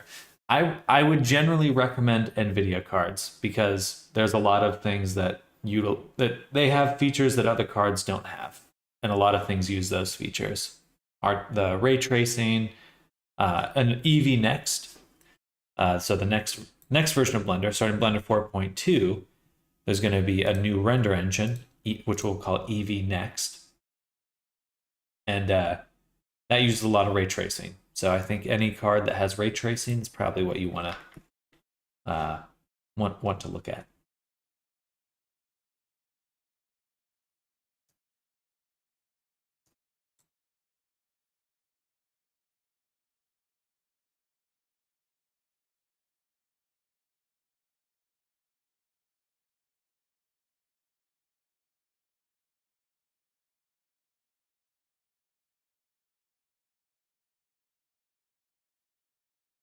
Render.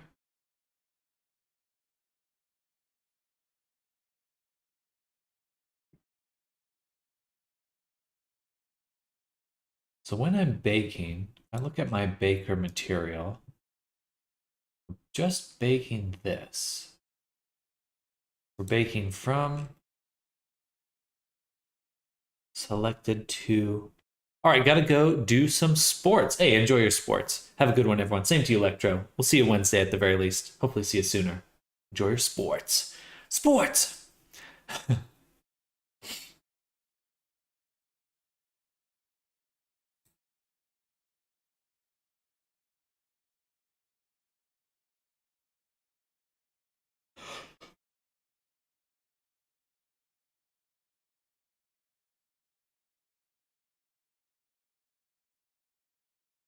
And bake from multi-res. I don't know if there's a good way to filter that out.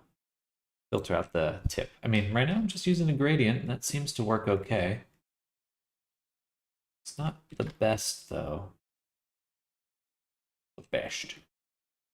I want the best.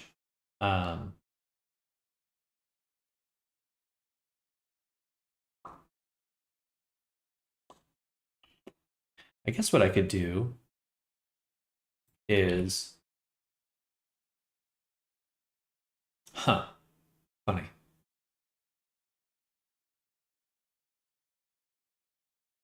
Okay, this might work. So let's go back to our hair sim.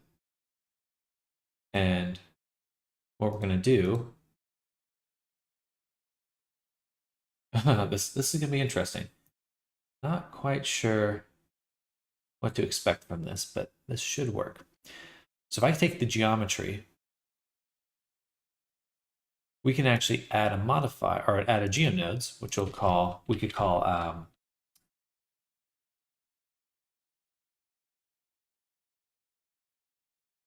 UV position or UV.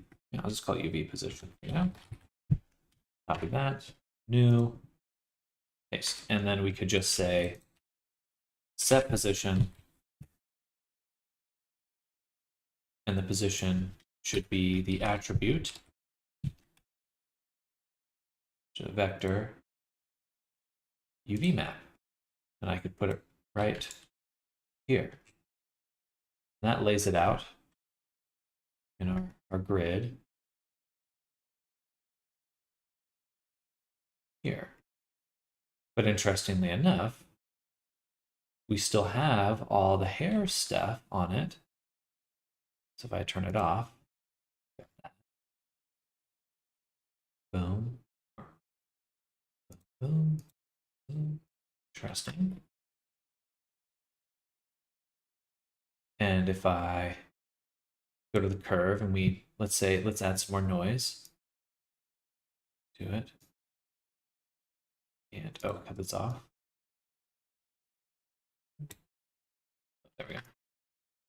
Something like this. It would actually still be the same hair, but it would be laid flat now. This could be what I need for baking. One issue is that I do need to delete the edges.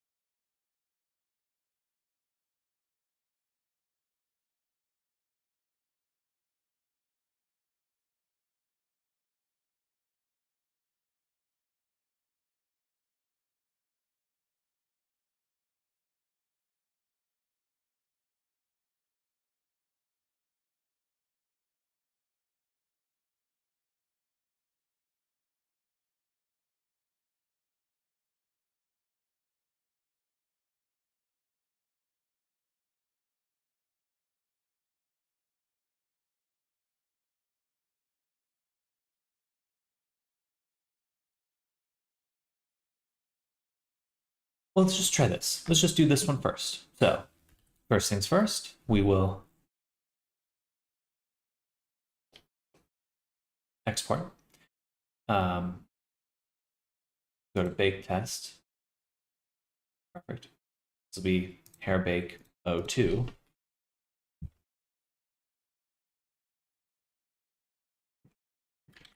This one I probably don't need a cage for. I think I have to get rid of that edge because I know they're connected. Let's just see. Just she. And then this guy back on. Add modifier, geometry nodes. We go new. We drag in the curve. Delete this. Plug in the geometry relative. And we just apply it. And that's our high poly now. This will be O2 high poly. We're definitely going to get a seam on the edge. That is the bummer. But it'll still be a better one than we would have otherwise.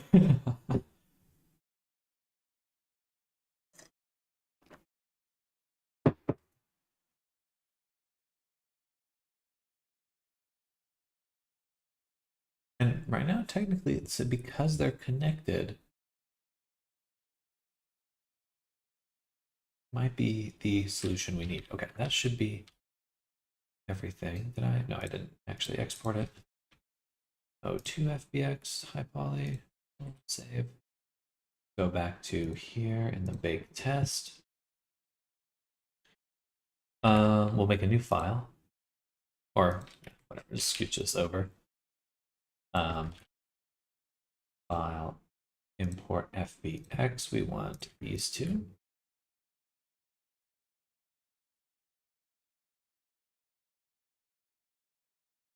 We don't need that, just want these two. And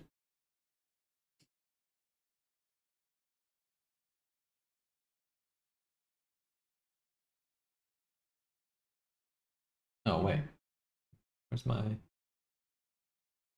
Okay, good. We got our UVs. Good. Okay, so we got our UVs.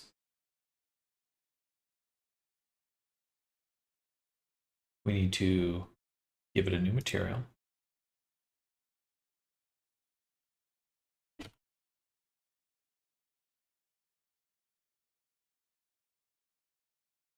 We bake test O2, let's say O3, 48. Bam.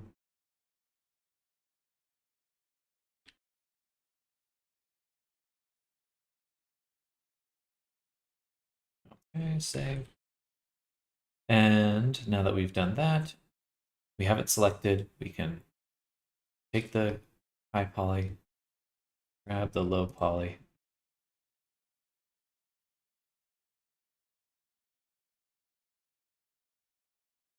There's multiple objects here.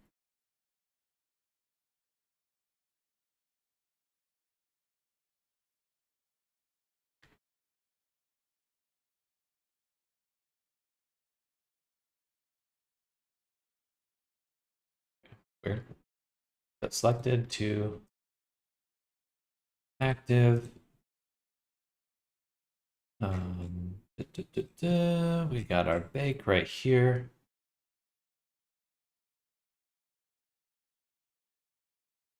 You know what? I will duplicate this, just move it straight up. And this is what we're going to use for the cage. Let's go from the side. Perfect. Oh, right. I definitely wanted to change that because I still have the old cage. That's no good. All right. Now selected, do active. Boom. Boom. Bake.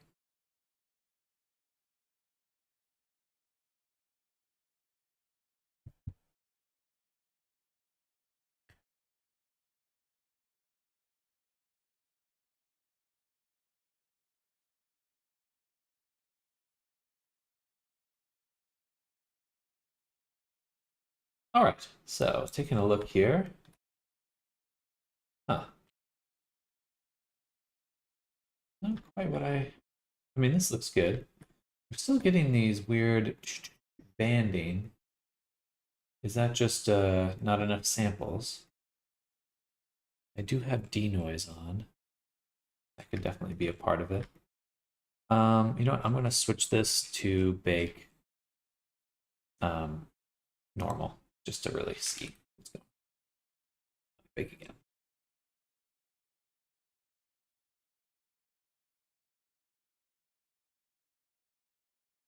Ooh. Okay, so I'm not imagining that. That's something weird is happening.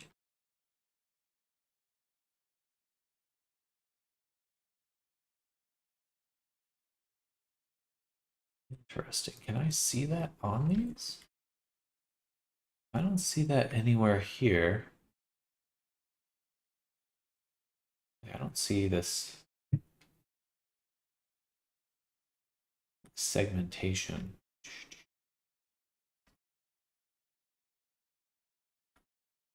Maybe some of the strands are just...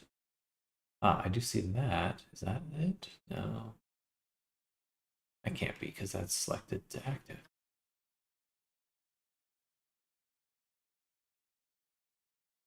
It's got to be the denoiser. Let me turn off the denoiser and bake again.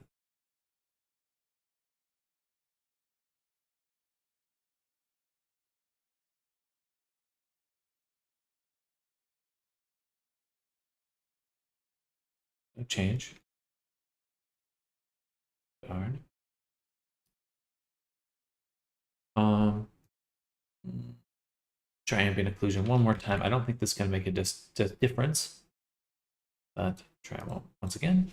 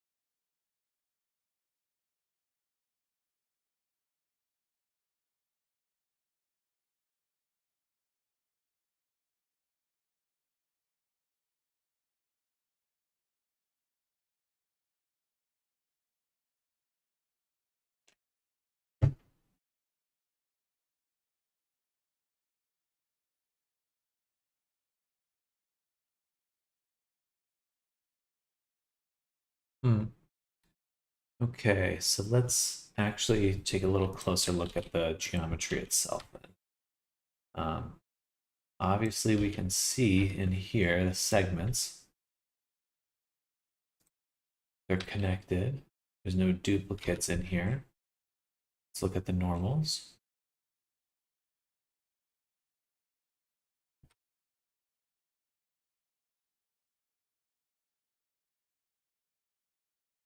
The normals look fine to me. So why are we getting this shadowing? That should really not be happening. Balls. Maybe there's just not enough samples? How many samples are we doing? 100? Let's try 500. See if that makes a difference.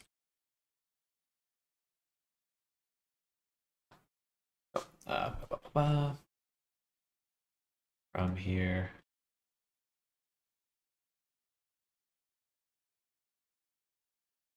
From here to here.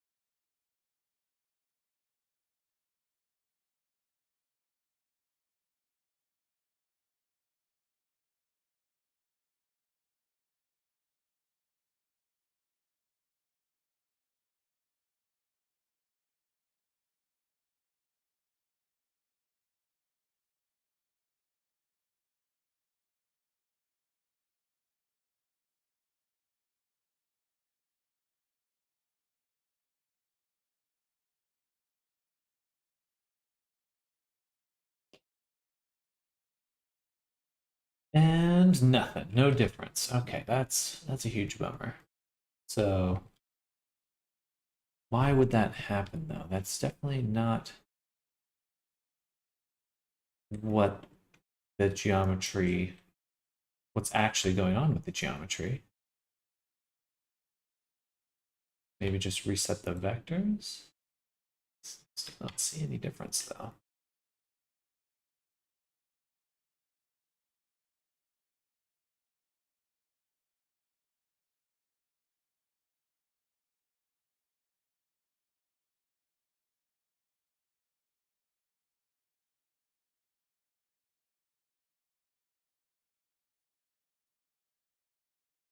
Yeah, I ain't sure whatever that means.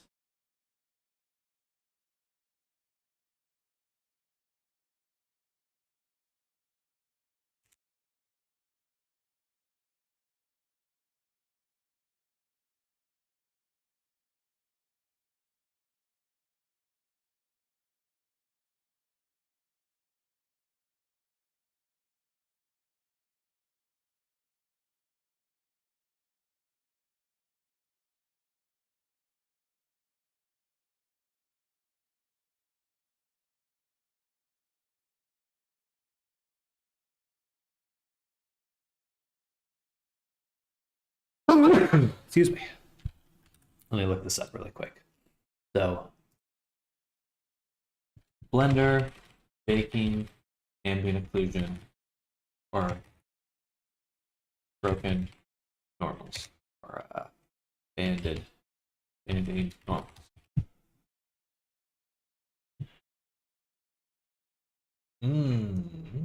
Well, it should. Yeah, it may affect a normal map, but it's also happening in ambient occlusion.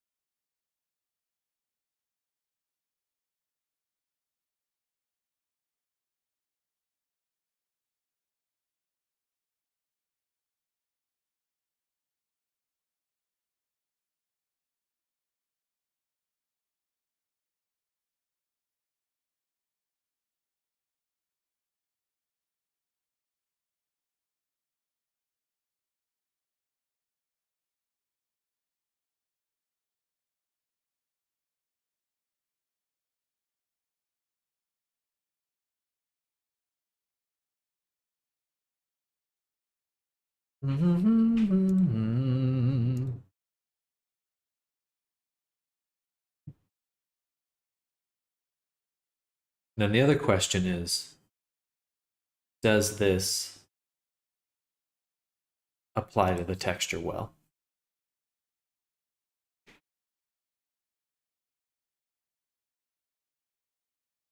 And that didn't do anything.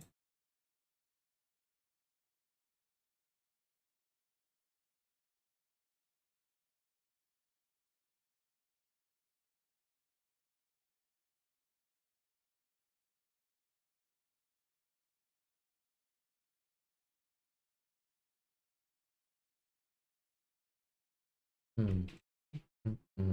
It just looks like the normals are facing the wrong way, or they're like self-occluding. I don't know how to put that.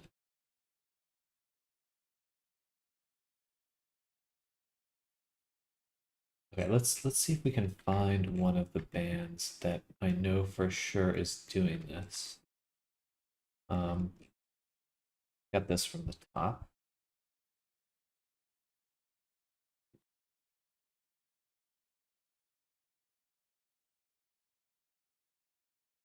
I could understand it happening here.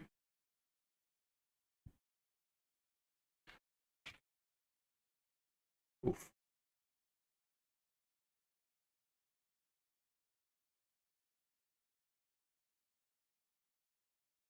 Just that one spot though.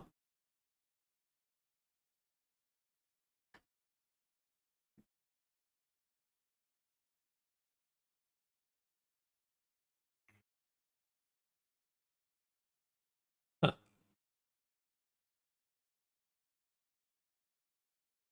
Well, you know what? Maybe it is.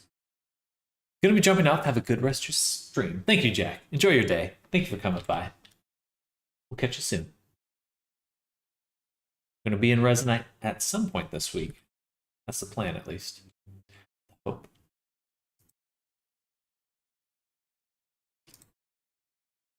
I wonder if it's because I have my double edge. What was that video I was watching yesterday? Let's see.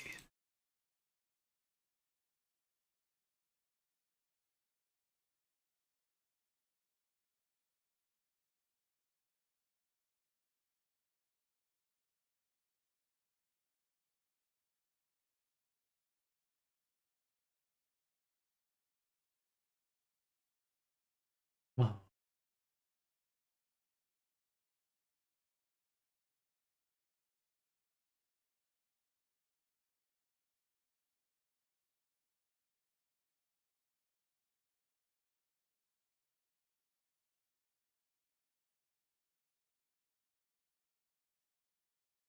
I save it in my Blender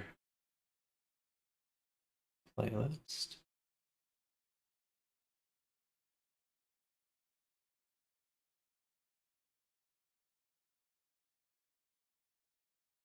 Bum, bum, bum, bum.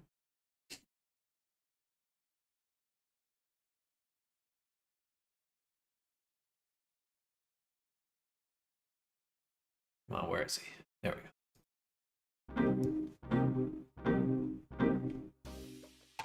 Sorry, it's so loud.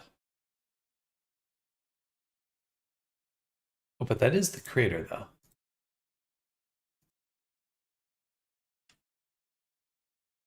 Oh, maybe not.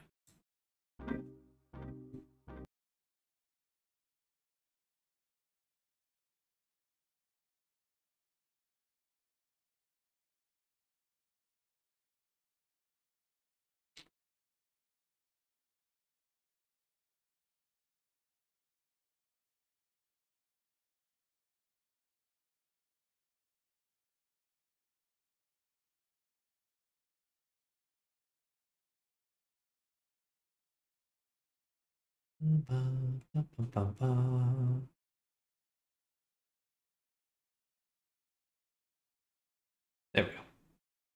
Yes. All right, so baking textures and cycles. Not anybody's favorite. We use it because we have to. It does the job. There's no other options except add-ons. But we all wish we could make it easy. Often. Split edges.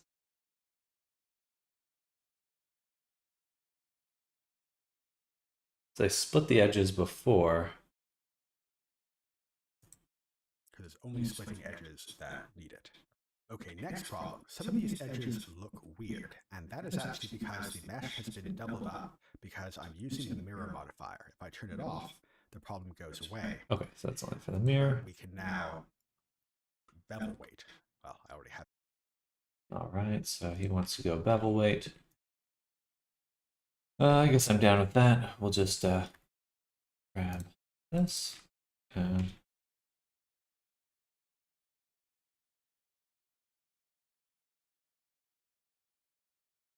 delete this. Wait.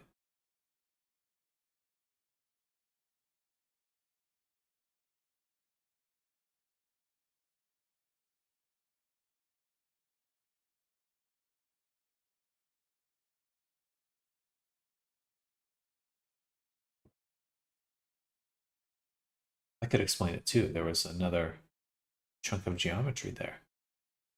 Interesting. Okay, so bevel weight. Bam. Set to 1. I'm going to invert my selection. Okay, nothing else has bevel weight. Let me go here. And set position, but we split edges beforehand.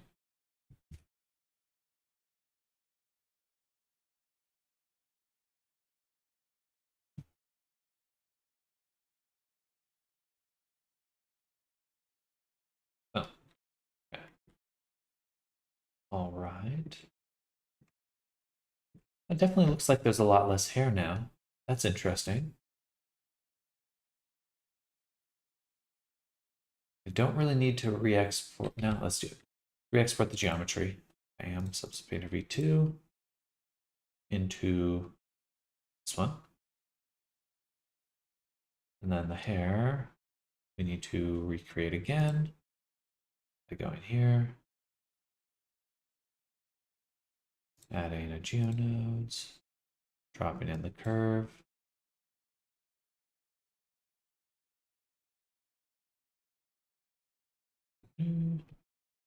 Take the curve, put it here, geometry, relative,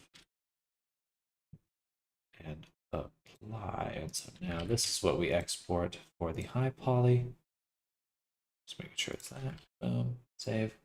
Go to bake test. Delete that. Delete that and that. File import FBX.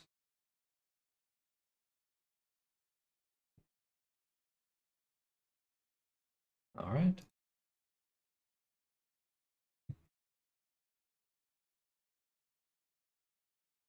And boom to boom. I want to bake. I want the cage to be this guy. And I need this to be the material that we made before. This one. And we'll do bake test 03. Okay. Back to where we were just a second ago. Bake. Hello, Wendy. Welcome. We're baking hair. Currently baking hair.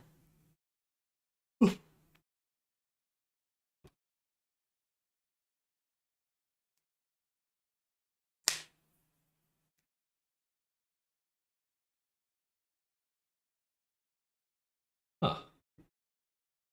It's the exact same. It should not be the exact same though. This is different hair.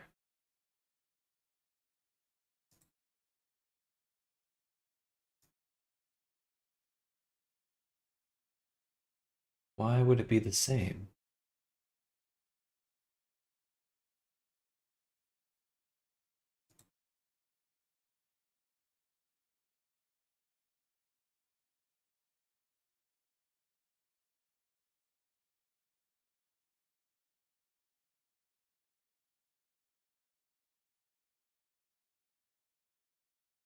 All right, well, that's different now. They're still getting the banding. Motherfucker. Why is this banding happening? Happening.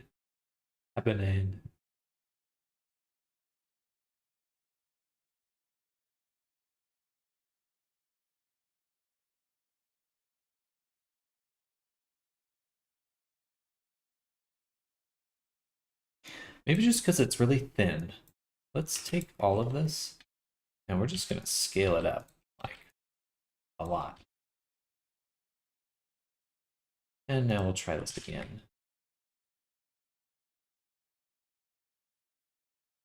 Don't have enough experience baking in Blender to be of any help. No worries. It's definitely a learning curve. But I made a system. So instead of using hair groom, I don't know if you ever have made hair in Blender, but it's kind of a pain. Maybe these are just gaps in the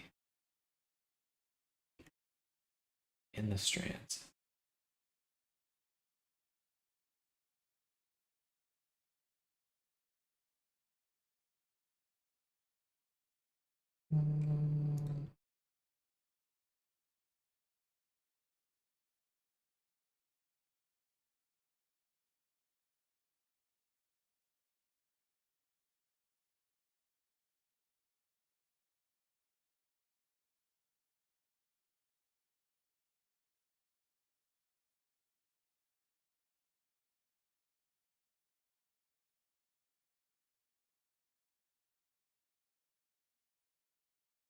I haven't only used some small cards. Gotcha.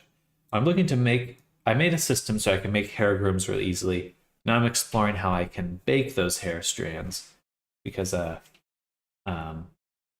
like to be able to make really completely custom hair for every character I have. Because I think it really kind of it just gives characters a lot of personality. It is a big part of their personality, or what gives them that personality.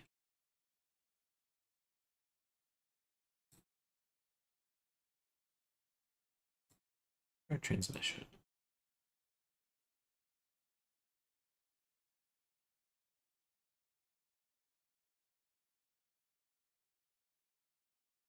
Hmm. Interesting.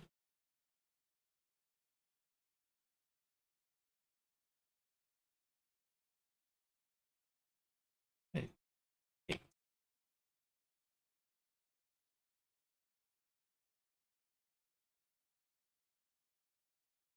Personally, I'm just waiting for a normalized crow to release their feather shader, but that obviously has limited use cases. Excuse me.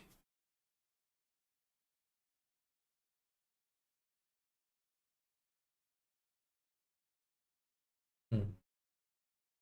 A little stuff there.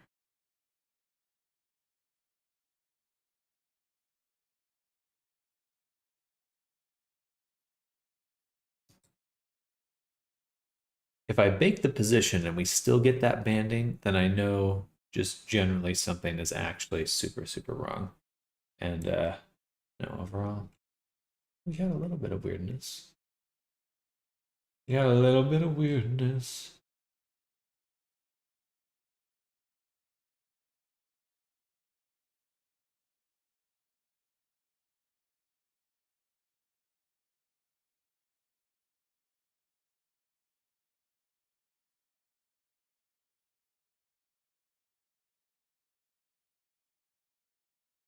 Mm-hmm.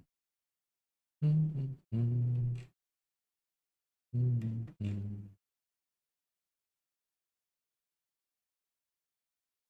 Okay, well, at least I know it's not the gaps. I don't want to add a subdivision.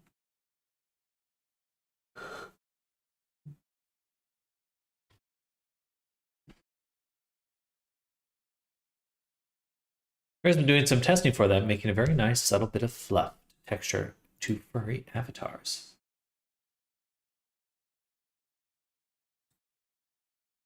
Very cool.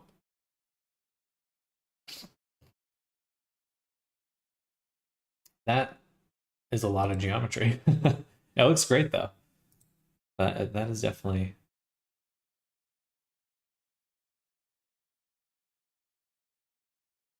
That has got to be straight to the very poor ranking.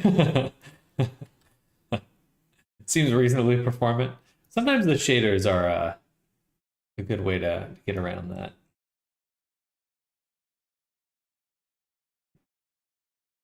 But if it is all just geometry, then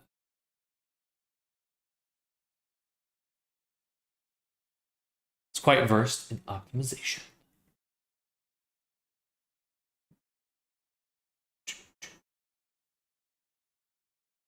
Hmm. It's the normals too. Okay. The reason he made his own Rex.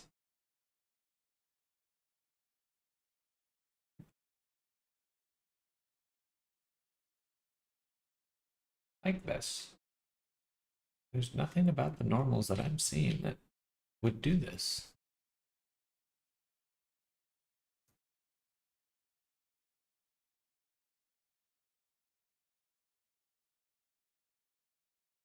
They're all together. There's no separation.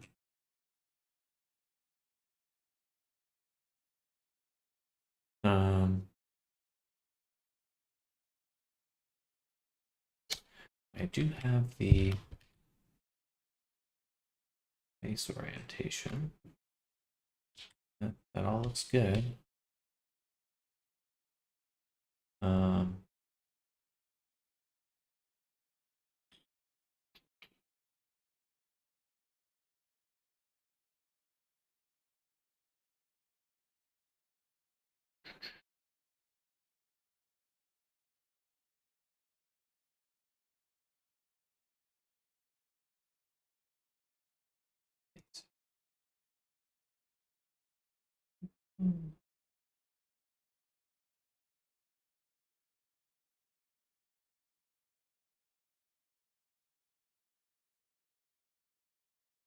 I should see if they're sharp. Just in case, clear sharp. Clear seam. Any sort of, there's no bevel or crease information. I'm gonna save the scale. And we'll try one more time.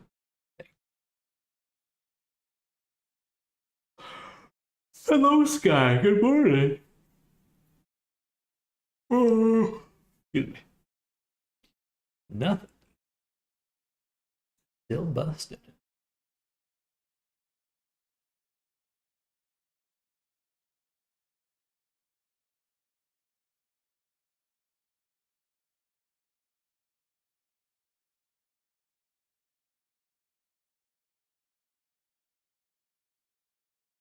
Oh, that's cool. You can actually bake colors into vertex colors. Oh, that's interesting.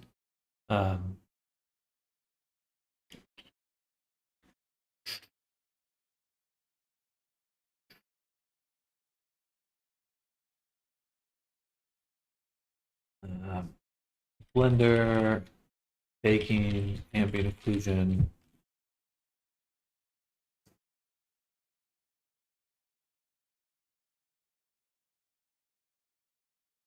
Self-intersecting.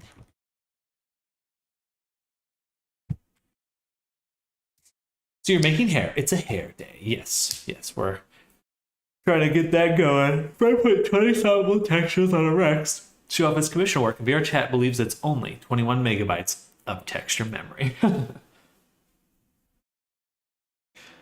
you're making hair. It's hair. Yeah, we made a generator for hair. And I'm testing baking out hair strands, but I go actually, yeah. There's one other thing to test. But I made this cool Helio. So I don't know if you ever made hair with a hair groom system. It's a huge pain. And it's kind of silly that we even make hair that way. But I made a geometry node system to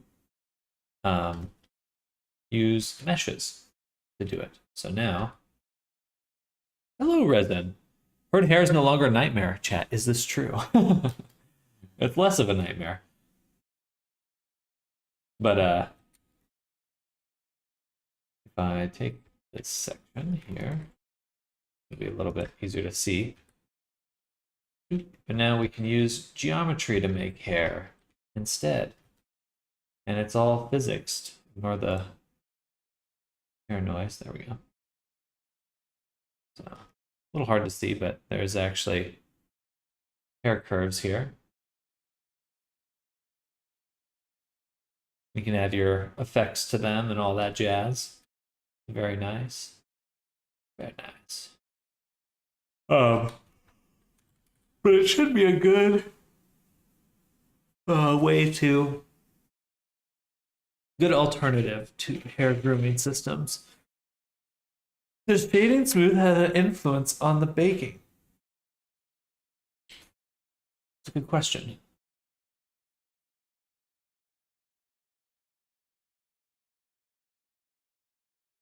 Definitely are set to shade smooth. But shade flat, I think it would look like this, where we could see the vertical lines, because I'm not seeing any issues this way, perpendicular. I don't know why that banding's happening. But one other thing we can try is Going back to our geometry that we're using and setting it to UV position.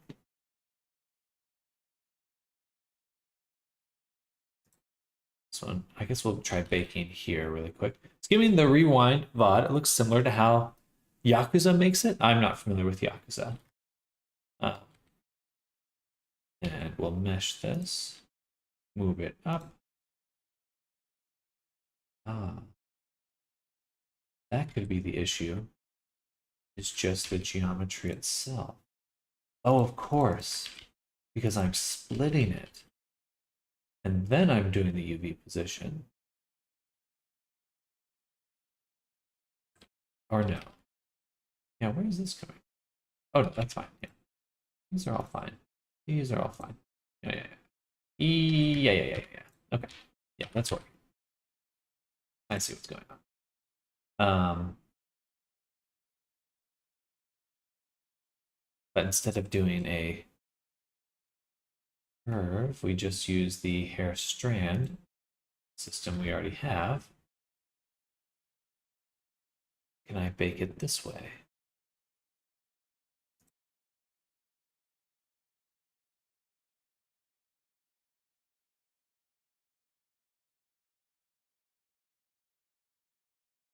Interesting.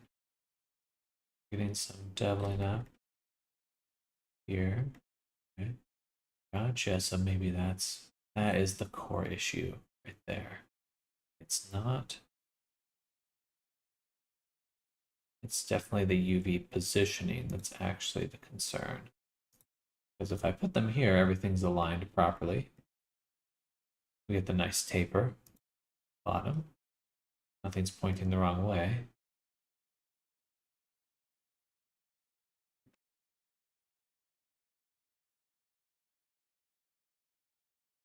That I can tell.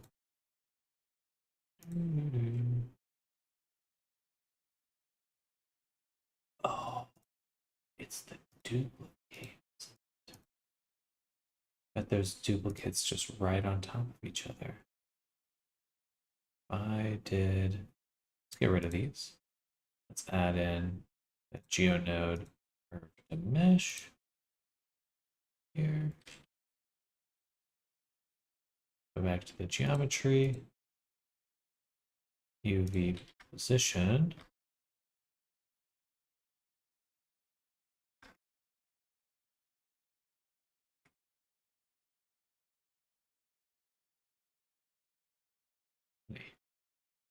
They get flipped around. Why are you getting flipped? Why?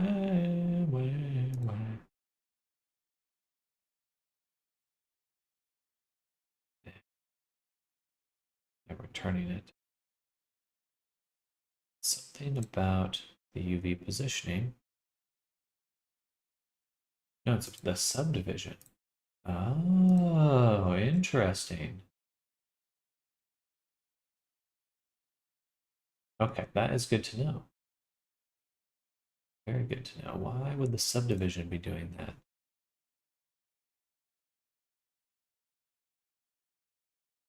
Yakuza had the best hair for both looks and performance, in my opinion.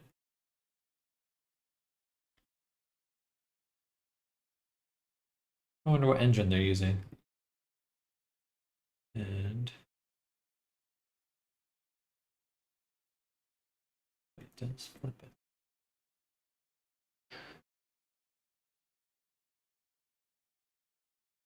Yeah, we'll get rid of that for now. What if that was the cause? It shouldn't be flipping it, though.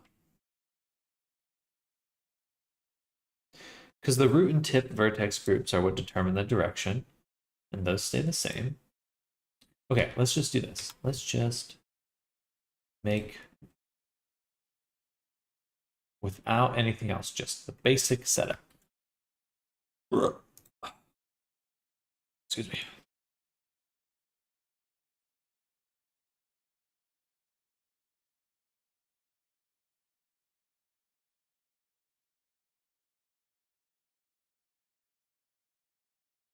Curve, mesh, plane.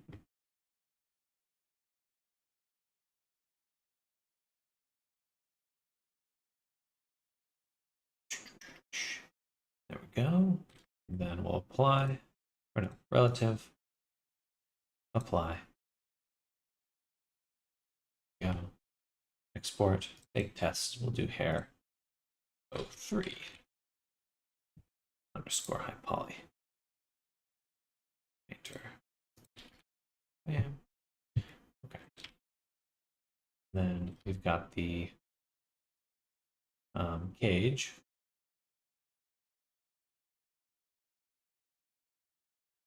I guess we'll export that too. 03 cage. And then just the normal geo. Just 03. All right. Bam. And then I can go back to our baking. I'm gonna make a new scene.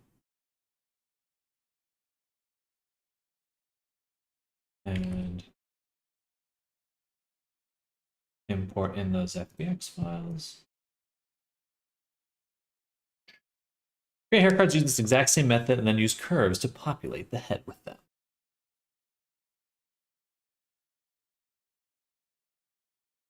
Yeah, I think using mesh to create the hair strands makes the most sense. It's really silly to me that groom systems are used so often because it's like, you know, you spend this whole time learning 3D modeling, how to make surfaces and subdivision modifiers, and then time for hair grooms. Let's throw all that out the window. It's like, why? Why not just use the same step? Come on. It just seems so basic. Like, I don't. But I guess that's more initially coming from VFX. You know, I guess maybe that's kind of the thought behind it. It just seems silly to me.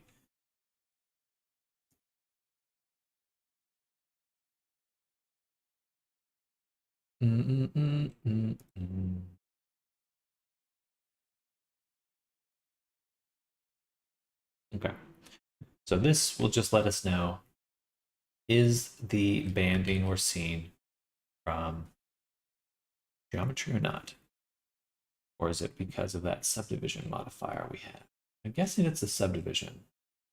Something about it was kind of flipping things. Yeah, we can see these are rounded. Okay. About to find out.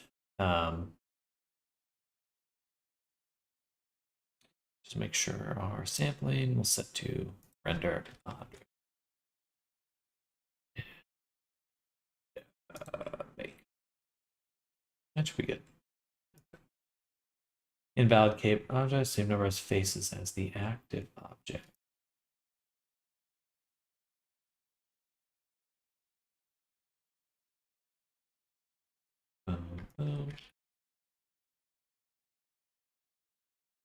Should have the exact same amount. Stats 48. 192.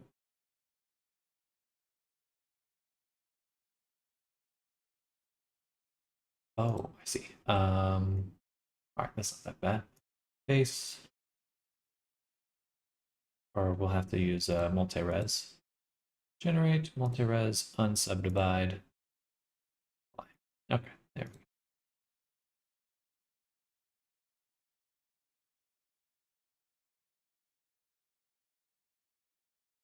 They use a hair grooming system on the curves, but it's majorly driven by hair, as it should be. As it should be. Oh, it's so crunchy right there. They're not close enough together for me to even see that, but I don't see any banding.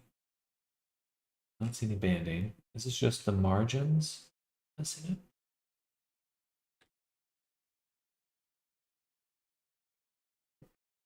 Do a normal.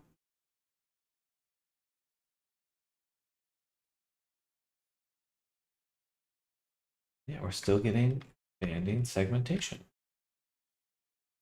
Why? Oh, why? The normals are fine. Is it just Blender baking? let's see, maybe they are inside out. Let's say Shift N.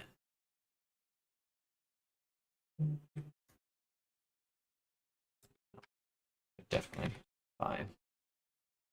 Definitely fine. I don't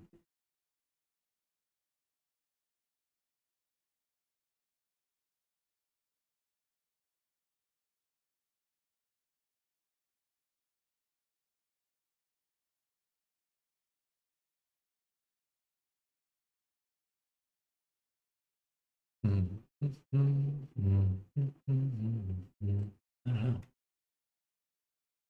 They shouldn't be like that.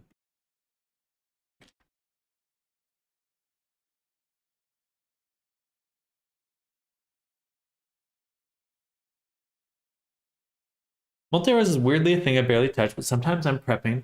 It's something I'm prepping to use currently. It's great. It's great. There's definitely, you have to be prepared to like fix it constantly. Like so many of the other modifiers, you can like just slap it on and feel comfortable working with it the whole time. With multi-res though, very often you're like, oh, I have to go back and break it apart and fix it from a few things because it just tends to be really tricky. Not crazy tricky. Once you know the problems you're going to encounter with it, it's not too bad. But it definitely feels like it's fighting you a lot of the time. Definitely feels like it's fighting you. Useful, but annoying.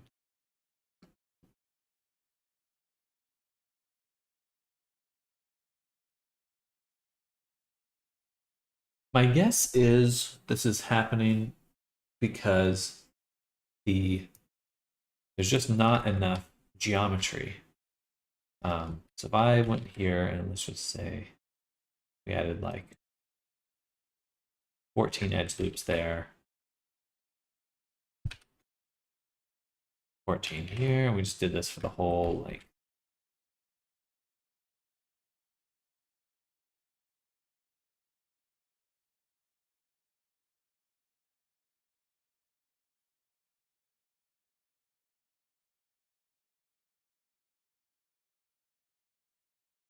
what does this look like?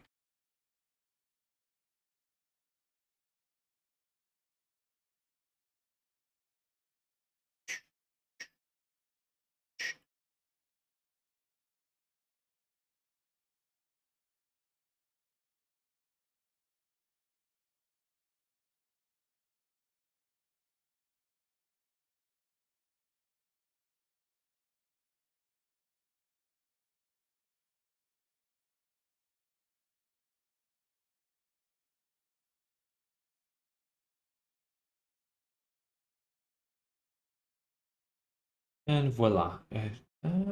It's okay. I still see the banding.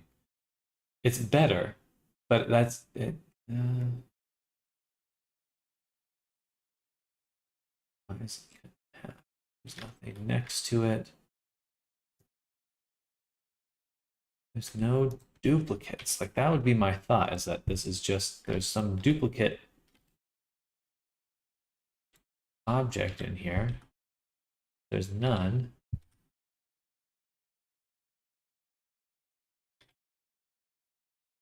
Frustrating.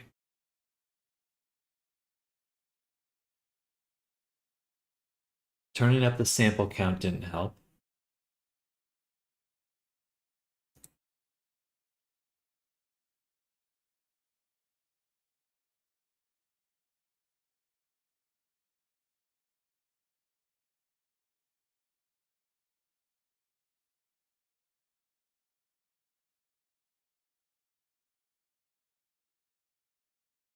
I don't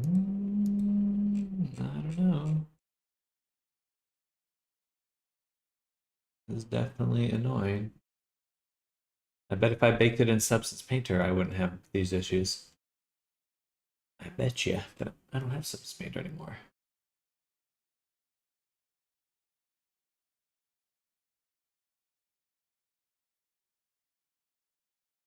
You know what? I think I'm actually looking at this wrong. That's what it is.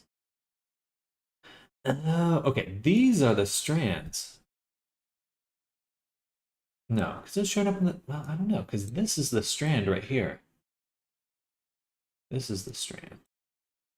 And this is the margin. And here, these are the margins. Gotcha. So in here,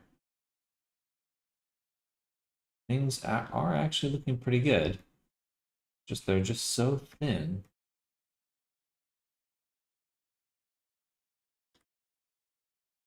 That it's a little deceptive on what I'm actually looking at. Well, actually, this will be a huge problem. But this is good right here. But it's not all of them.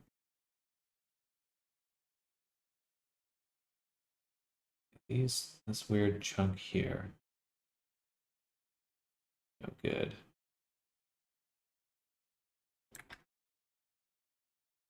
But I think I'm beginning to see that the issue is not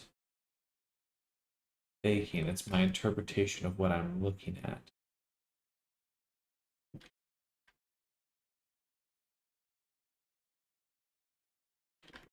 Because this does start getting a slight tinge of green. And then, of course, the harsh transition, because on this side, it's pink. So we have pink going out from the hair strand this way, and the green coming this way. Okay, but maybe things are not as dire as I thought. All right. Well, that's nice. In fact, let's go ahead and test this a little bit further. We'll take this plane, duplicate it, move it over here, take the material, make a new version of it. This.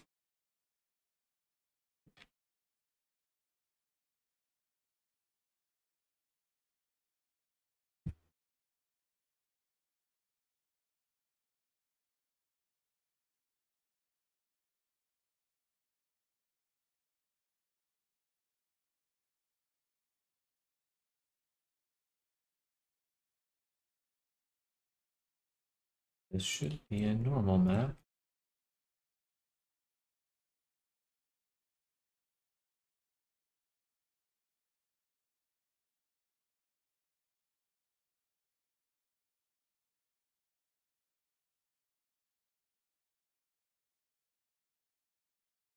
No, you're just too thin.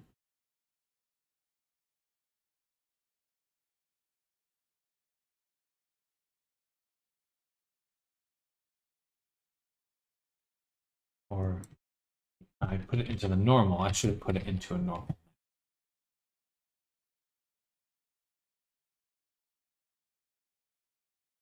All right, that is very strong, but and we can definitely see the cuts. We need one more image.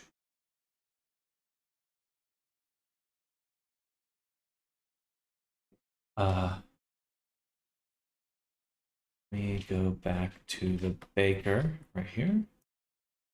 Do new. I'm gonna say emission 1. And we'll select here. Go make a new image. Oh, that's not new. Copy that. New. Paste. Unit.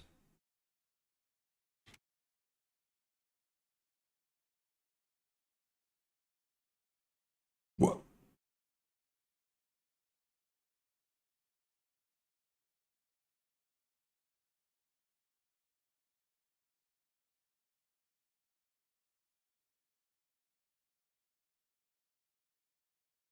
Back to baking, emit, and bake.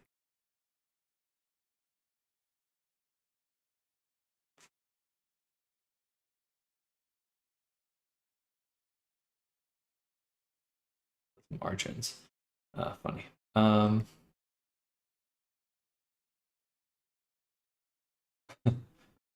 useless. Okay. Oh,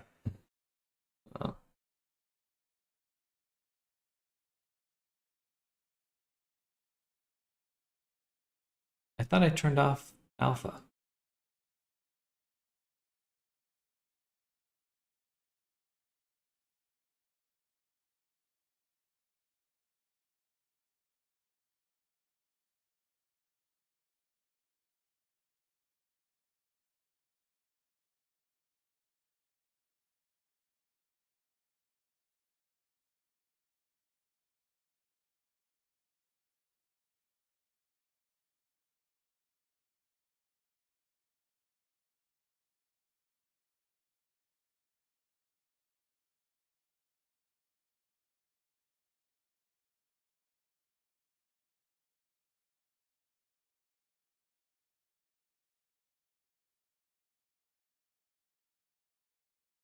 Working, but also not working at the same time. What I should do is take this, or I'll take this one.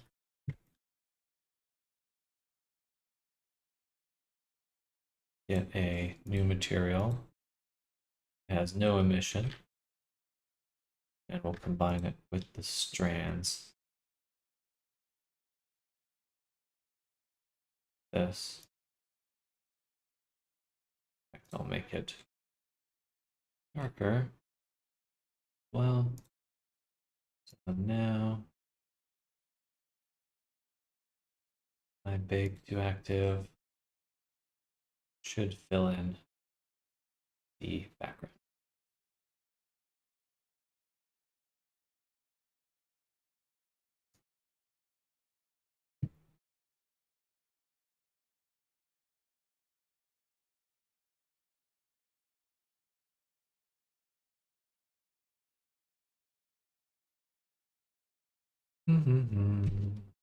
More coffee.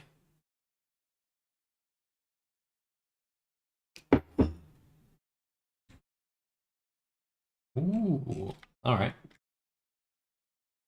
Interesting to still see this banding in the same exact spot. Okay. That makes me believe that the real issue. Okay, this is good. This is good. Now we're getting through it. So the real issue is that I have them in the exact same spot. That makes so much sense. I need to put them below or something like that, either below or above, because the problem has to be that they're touching. And it can't quite calculate the normals, because at some point the curve gets so thin that it doesn't know which side it's on. So of course it flipped the normals, or that's what it'd look like. Okay, well that is a relief, because now I feel like I'm actually understanding what's happening here. So it's not just, no, maybe not. Or actually, yeah, the normals for these are all pointed the right direction. We're still getting this odd shenanigans.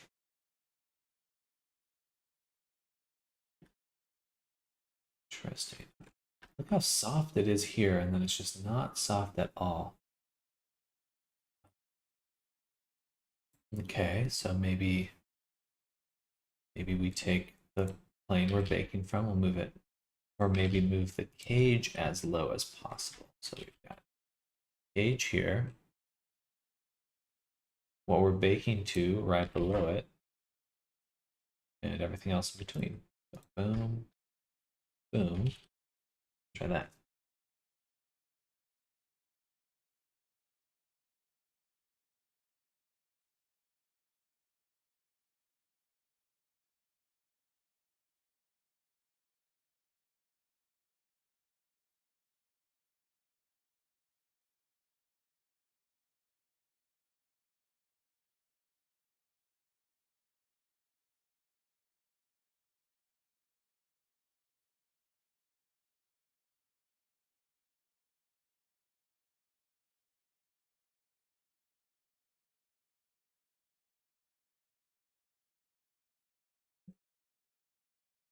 Interesting. Something about how these objects are sampling is just not right. My guess is it has to be the cage at this point that is actually messing up. So undo that. Try baking one more time. Hello, Arvin Beats. Welcome. We're struggling with some baking right now, but welcome, welcome. I'm also kind of cold. Oh.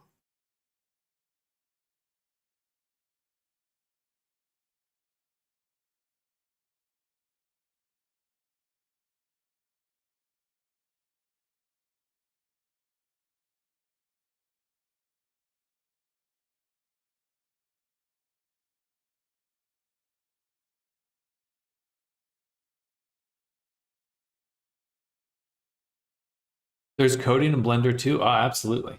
I'm not doing coding right now, but yes, you can do anything you want in Blender. Really, there's not many limitations. Um, yeah, it uses Python. So if familiar with Python, then you can code a lot of different things. They also have geometry nodes, which is like a visual procedural modeling, so like node-based modeling. Um, and that you can do some really cool stuff with that. Really, really cool. Okay, that was the wrong way. All right, so let's put the feet above, which makes sense because it's probably the normals. Going the opposite way of the normals. So boom, active to selected, bake. This better work. This better fucking work. Jesus. So I guess in the future I would probably not do a cage. I would just distort the mesh and grow it around my hair clump, which should actually be a lot easier. I wonder if you can bake with a GeoNode applied.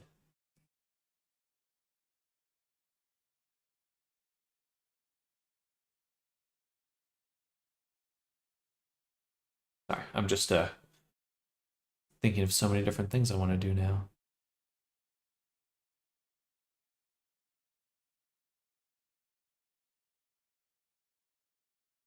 According to you, what would be the basic requirement for a laptop or PC to run Blender smoothly on? Um, there's a big range. It kind of depends on like the projects you're trying to tackle. If you're going for like maximum realism, you're pretty much trying to get the best computer you can. You know,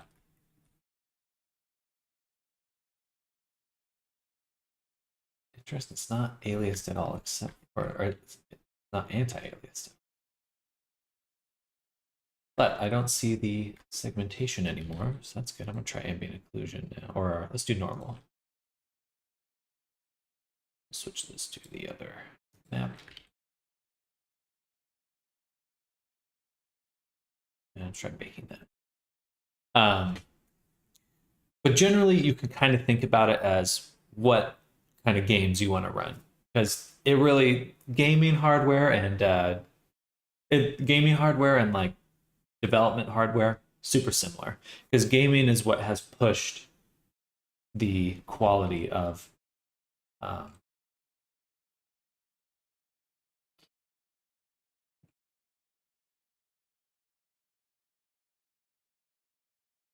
of development of computers for a long time. So I think you can just kind of pretty safely lean on that for the most part.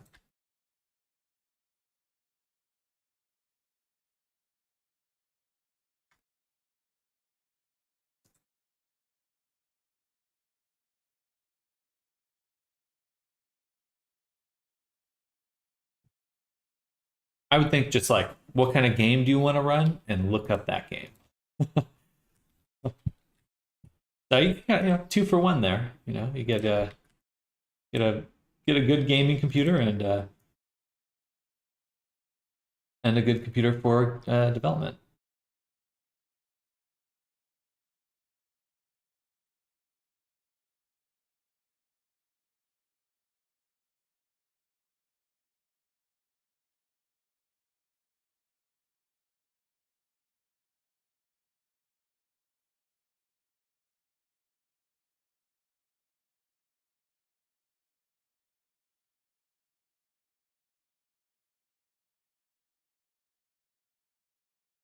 All right.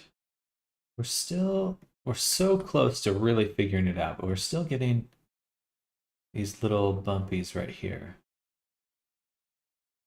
And that is because of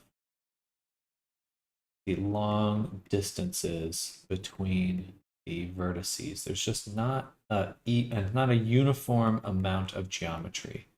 That seems to be causing issues with the sampling. I have a Lenovo gaming laptop, but nowadays it gets overheated super fast. It's 2 years old only.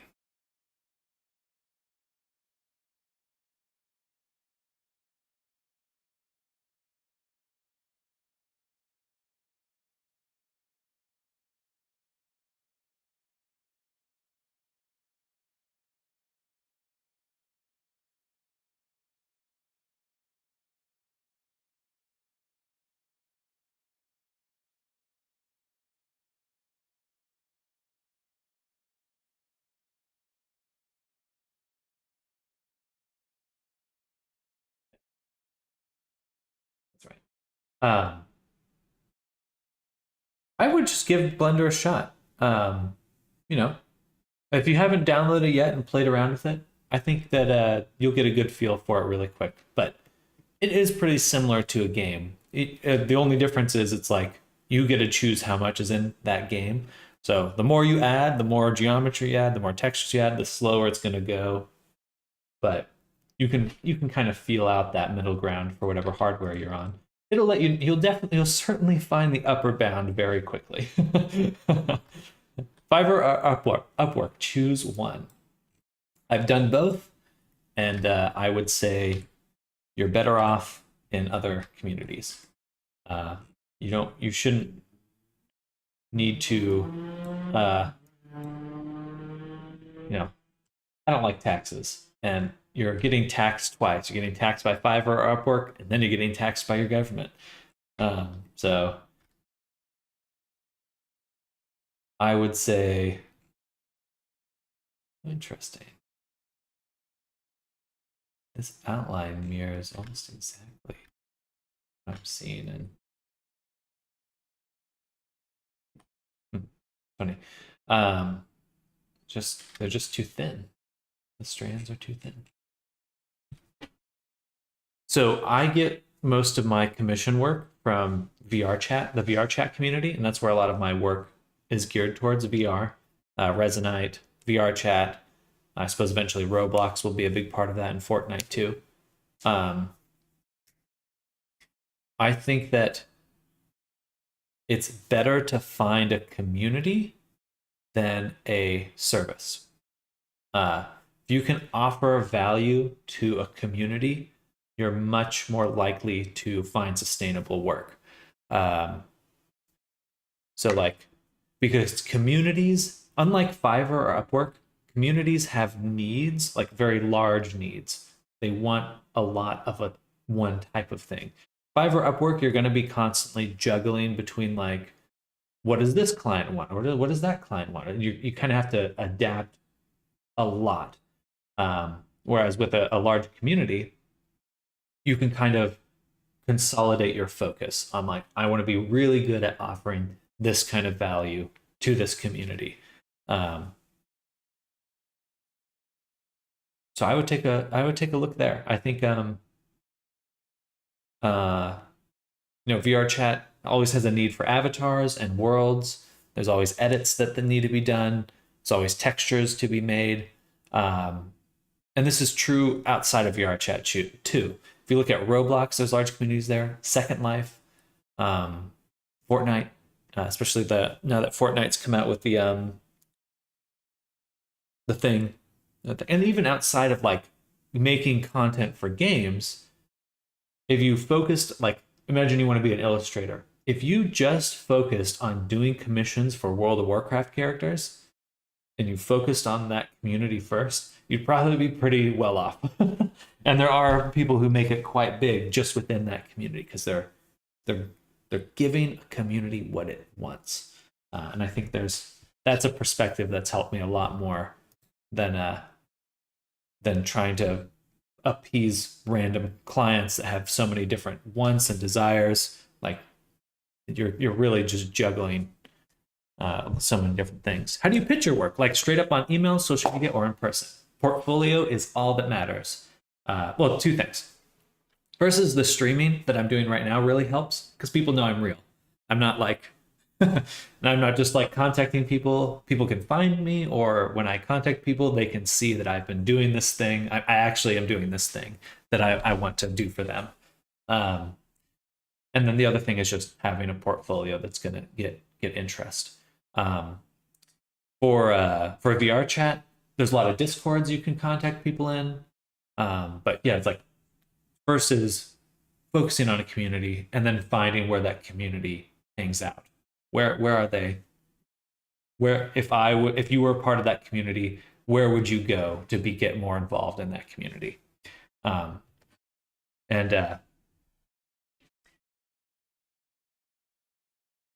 think the VR and these kinds of like instead of focusing on gaming as an industry, again, that community focus, the communities are going to be what survives, what gets bigger in the long run, especially when they're like kind of platform agnostic, like VR chat is, where it's a social game, so you're bringing communities together.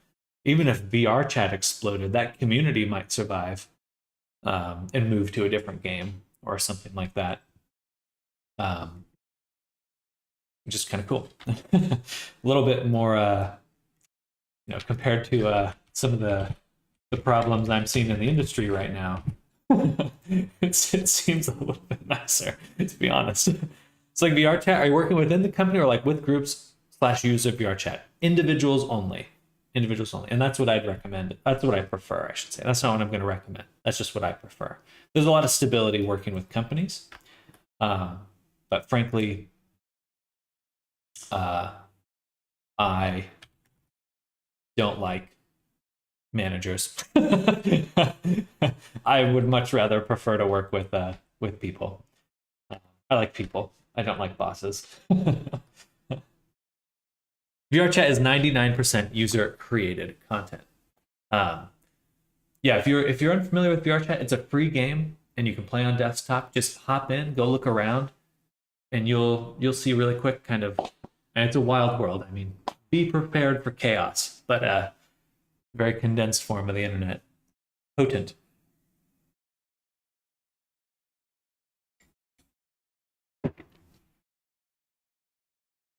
Even play on Android. Do not recommend, though. And it's coming to iPhone eventually.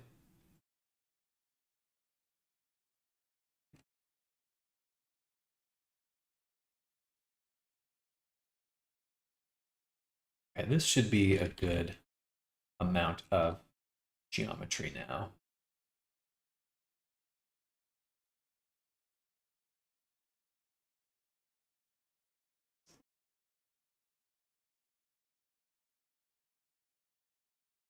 Length is going to be what I need. That gives me the most even amount. And then we'll make one more object. I just checked. I've never heard of this niche. Wow. But there are many other niches like that in the world. Like even if you're like, I don't like VR chat. Like there's Second Life. There's a lot of games. There's also the furry fandom, anime fandom. But if you think of them as communities, that's the valuable perspective. Lasso experience for Questies and mobile is quite subpar. Resonite lol. Apparently they're focusing on just performance in this next one, so I'm excited because that is definitely what's needed. In their next set of updates. Hundreds of community under VR chat itself. Absolutely. And I do think VR is just going to continue to grow. Oh, hello, Val. Welcome. Welcome, Val. Good morning. Happy Monday. Wow, it's Monday. What day is it? Howdy, howdy.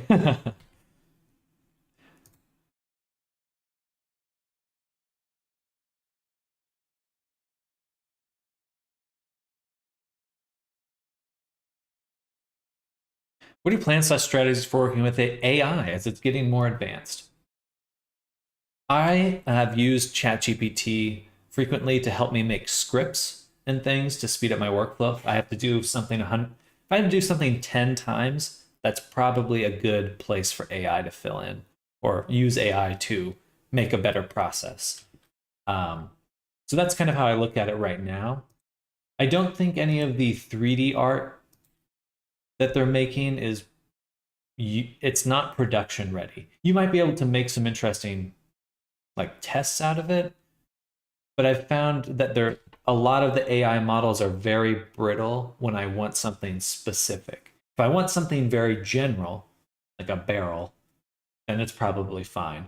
If I want like a super cool necromancer chest that fits in this world and needs to do these specific things, then it very quickly seems to I reach its limits very quickly.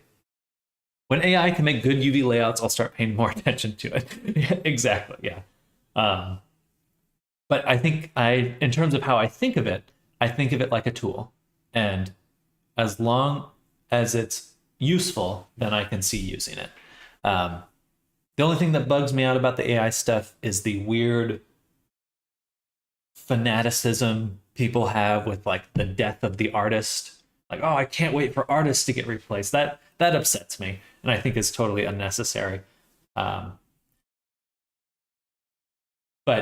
learn them, see what's useful, and I think avoid hype and focus on utility is the main plan.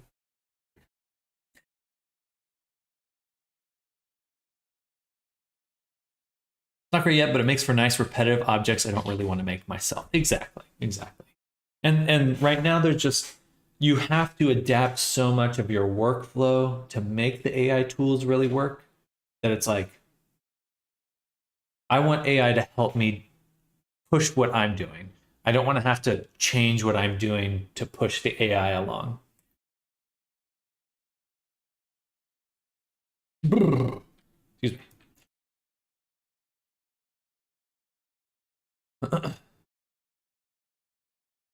Nice for repetitive objects I don't really want to make myself. We're going to use it to do things so we don't have to.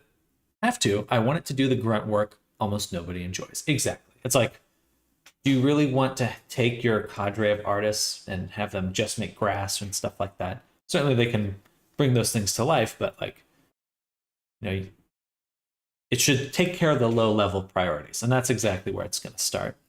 There is that in the mentality of AI bros being like, I don't care that you're a career artist, make a living off your work. You need to start doing AI because it's the future. I had this exact interaction with myself once. I do think it's interesting because art and entertainment is going to be at the very forefront of AI, just based on how it's playing out. And the tech bros, or the people who very adamantly say that they're not artists or were not artists and are excited about the replacement of it, it's like, they're going to be the ones I think that are left in the dust once these tools do have more utility, because they don't have the vision. They don't have they're searching rather than exploring. Like, they're just trying to find cool things and like hold it up. They're not engineering the interesting things. Anyway, use it for rapid prototyping ideas before I dig in and make it myself. Concerned about AI, like after 20, 30 years, maybe there's going to be AI influenced content makers which are going to overtake. Right? That's very true. Here's what I'll say. Or just in the general sense, the moment AI can completely replace artists, it's already replacing pretty much everything else too. Like that. So it may not be, it may be a concern. It's certainly a concern we should think about. But I don't think people should just throw away what they're doing because it's going to affect everything evenly. It's like, you just have to learn to work with it, find what's working, and avoid the fear and avoid the hype. Because you can only, it's very easy to just get caught up in speculating or making specific textures or alpha brushes. I've been doing that a lot as well. Still only have knowledge of the tools and artistic vision in order to really make use of AI beyond quick image generation. Exactly. Yeah, there's like all these AI film things coming out, and they're interesting, but it's like without labor, they're still useless. I definitely think some AI tools are really neat. They'll only get neater. I myself am super excited about using like ChatGPT and stuff for interactable AIs. I think that will be really, really fun to do. And it's something I want to experiment with. Because I'd love to see what's possible with that.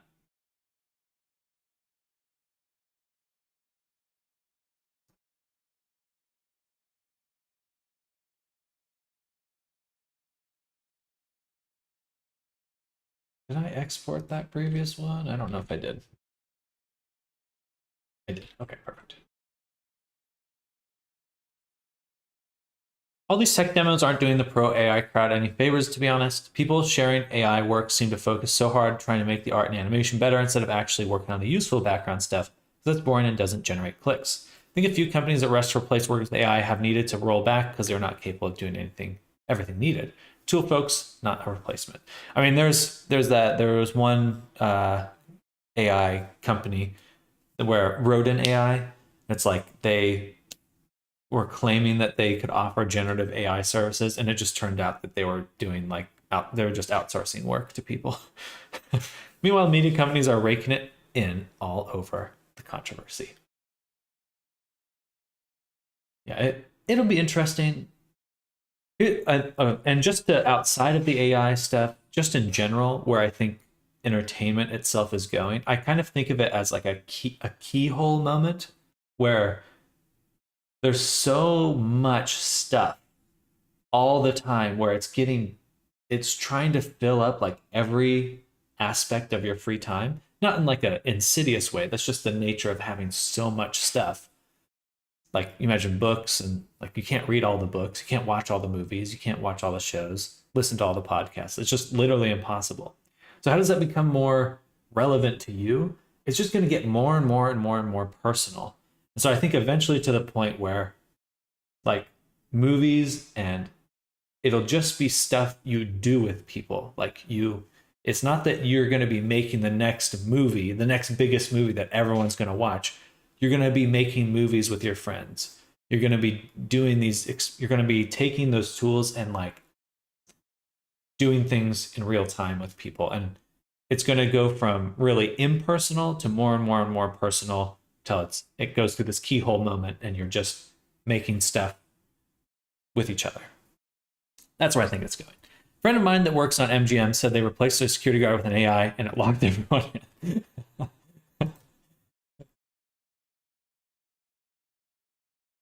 That's funny.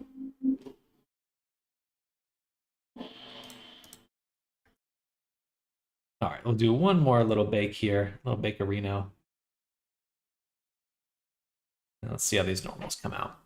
Like it like couldn't recognize their faces and so wouldn't open the door. Oh, that's fast.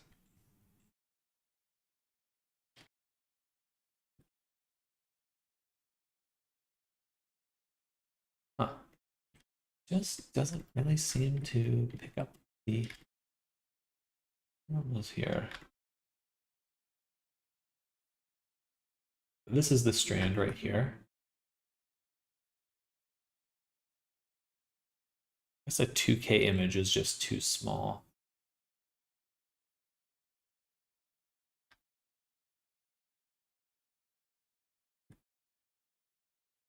Actually, yeah, why am I worrying about this 1 pixel bump? It's just gonna happen. That's just the nature of pixels, so probably shouldn't worry about that at all. And just conclude that this is working. All right, nice. Let's do one thing. Take these.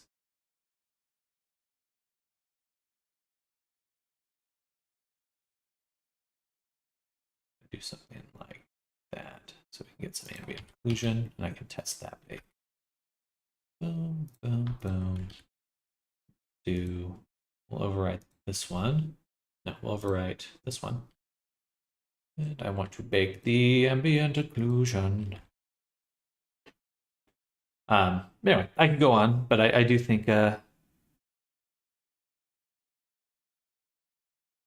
think what a lot of this conversation is like, AI bros don't recognize that because it's becoming so much easier, then it really does become about the message.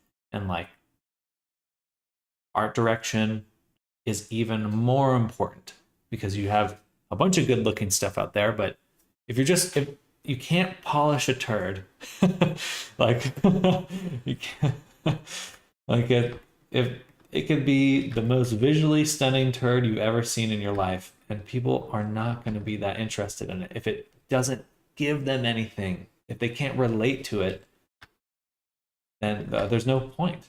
There's actually nothing of value there, in the most literal possible sense.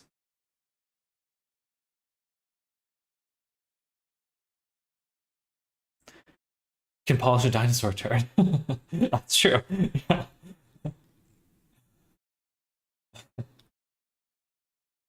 Okay, again, I think these are working, and the banding that I'm seeing is actually just the margins. And that was concerning to me, but it makes sense. These are just the margins. This kind of banding that I'm seeing here is normal. That's not actually what I should be paying attention to. Okay, good.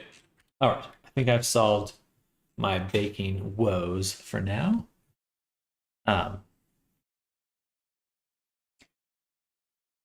Actually, I think a fantastic example right now that's happening in the game industry is just looking at all the games coming out right now that are indie games, and just the AAA desert that exists in terms of quality and interest.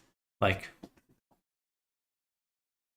indie games are filling that void rapidly because they're offering things that you can have all the visual polish in the world, and it just actually is a dud. Yeah, I mean, there's been a lot of games like that recently because you have to have a good message. You have to actually appeal to people. Anyway, I'll leave it there. I'm sure I could endlessly go into that, but I will stop. And I am going to go on lunch. So for anyone who is new here, wow, it's so dark. For anyone who's new here, I do break my day up into 2 streams. So I'm going to go on lunch right now, get a run in, get my lunch in, and I'll be back in a little while. And we're going to continue working on these hair groom stuff. I'm probably going to take a break from baking and start doing some promotional material and get it up on the Gumroad so people can use it. But thank you all for hanging out with me this morning. I hope everyone's having a fantastic, fabulous Monday. And if you enjoy food/exercise, I will, Wendy. Thank you for coming by. I would like to not be back because biking. Well, enjoy your bike. Enjoy your bike ride. I think that's that VR bike club that you're part of. Well, I hope you have a fantastic time there. No money, only Monday. That sounds too familiar. That sounds that could be a quote. But thank you all for coming by. Enjoy the rest of your day, everyone. And I'll be back soon, so definitely feel free to come on by then. Bye-bye. Bye, everyone. See you soon. Bye.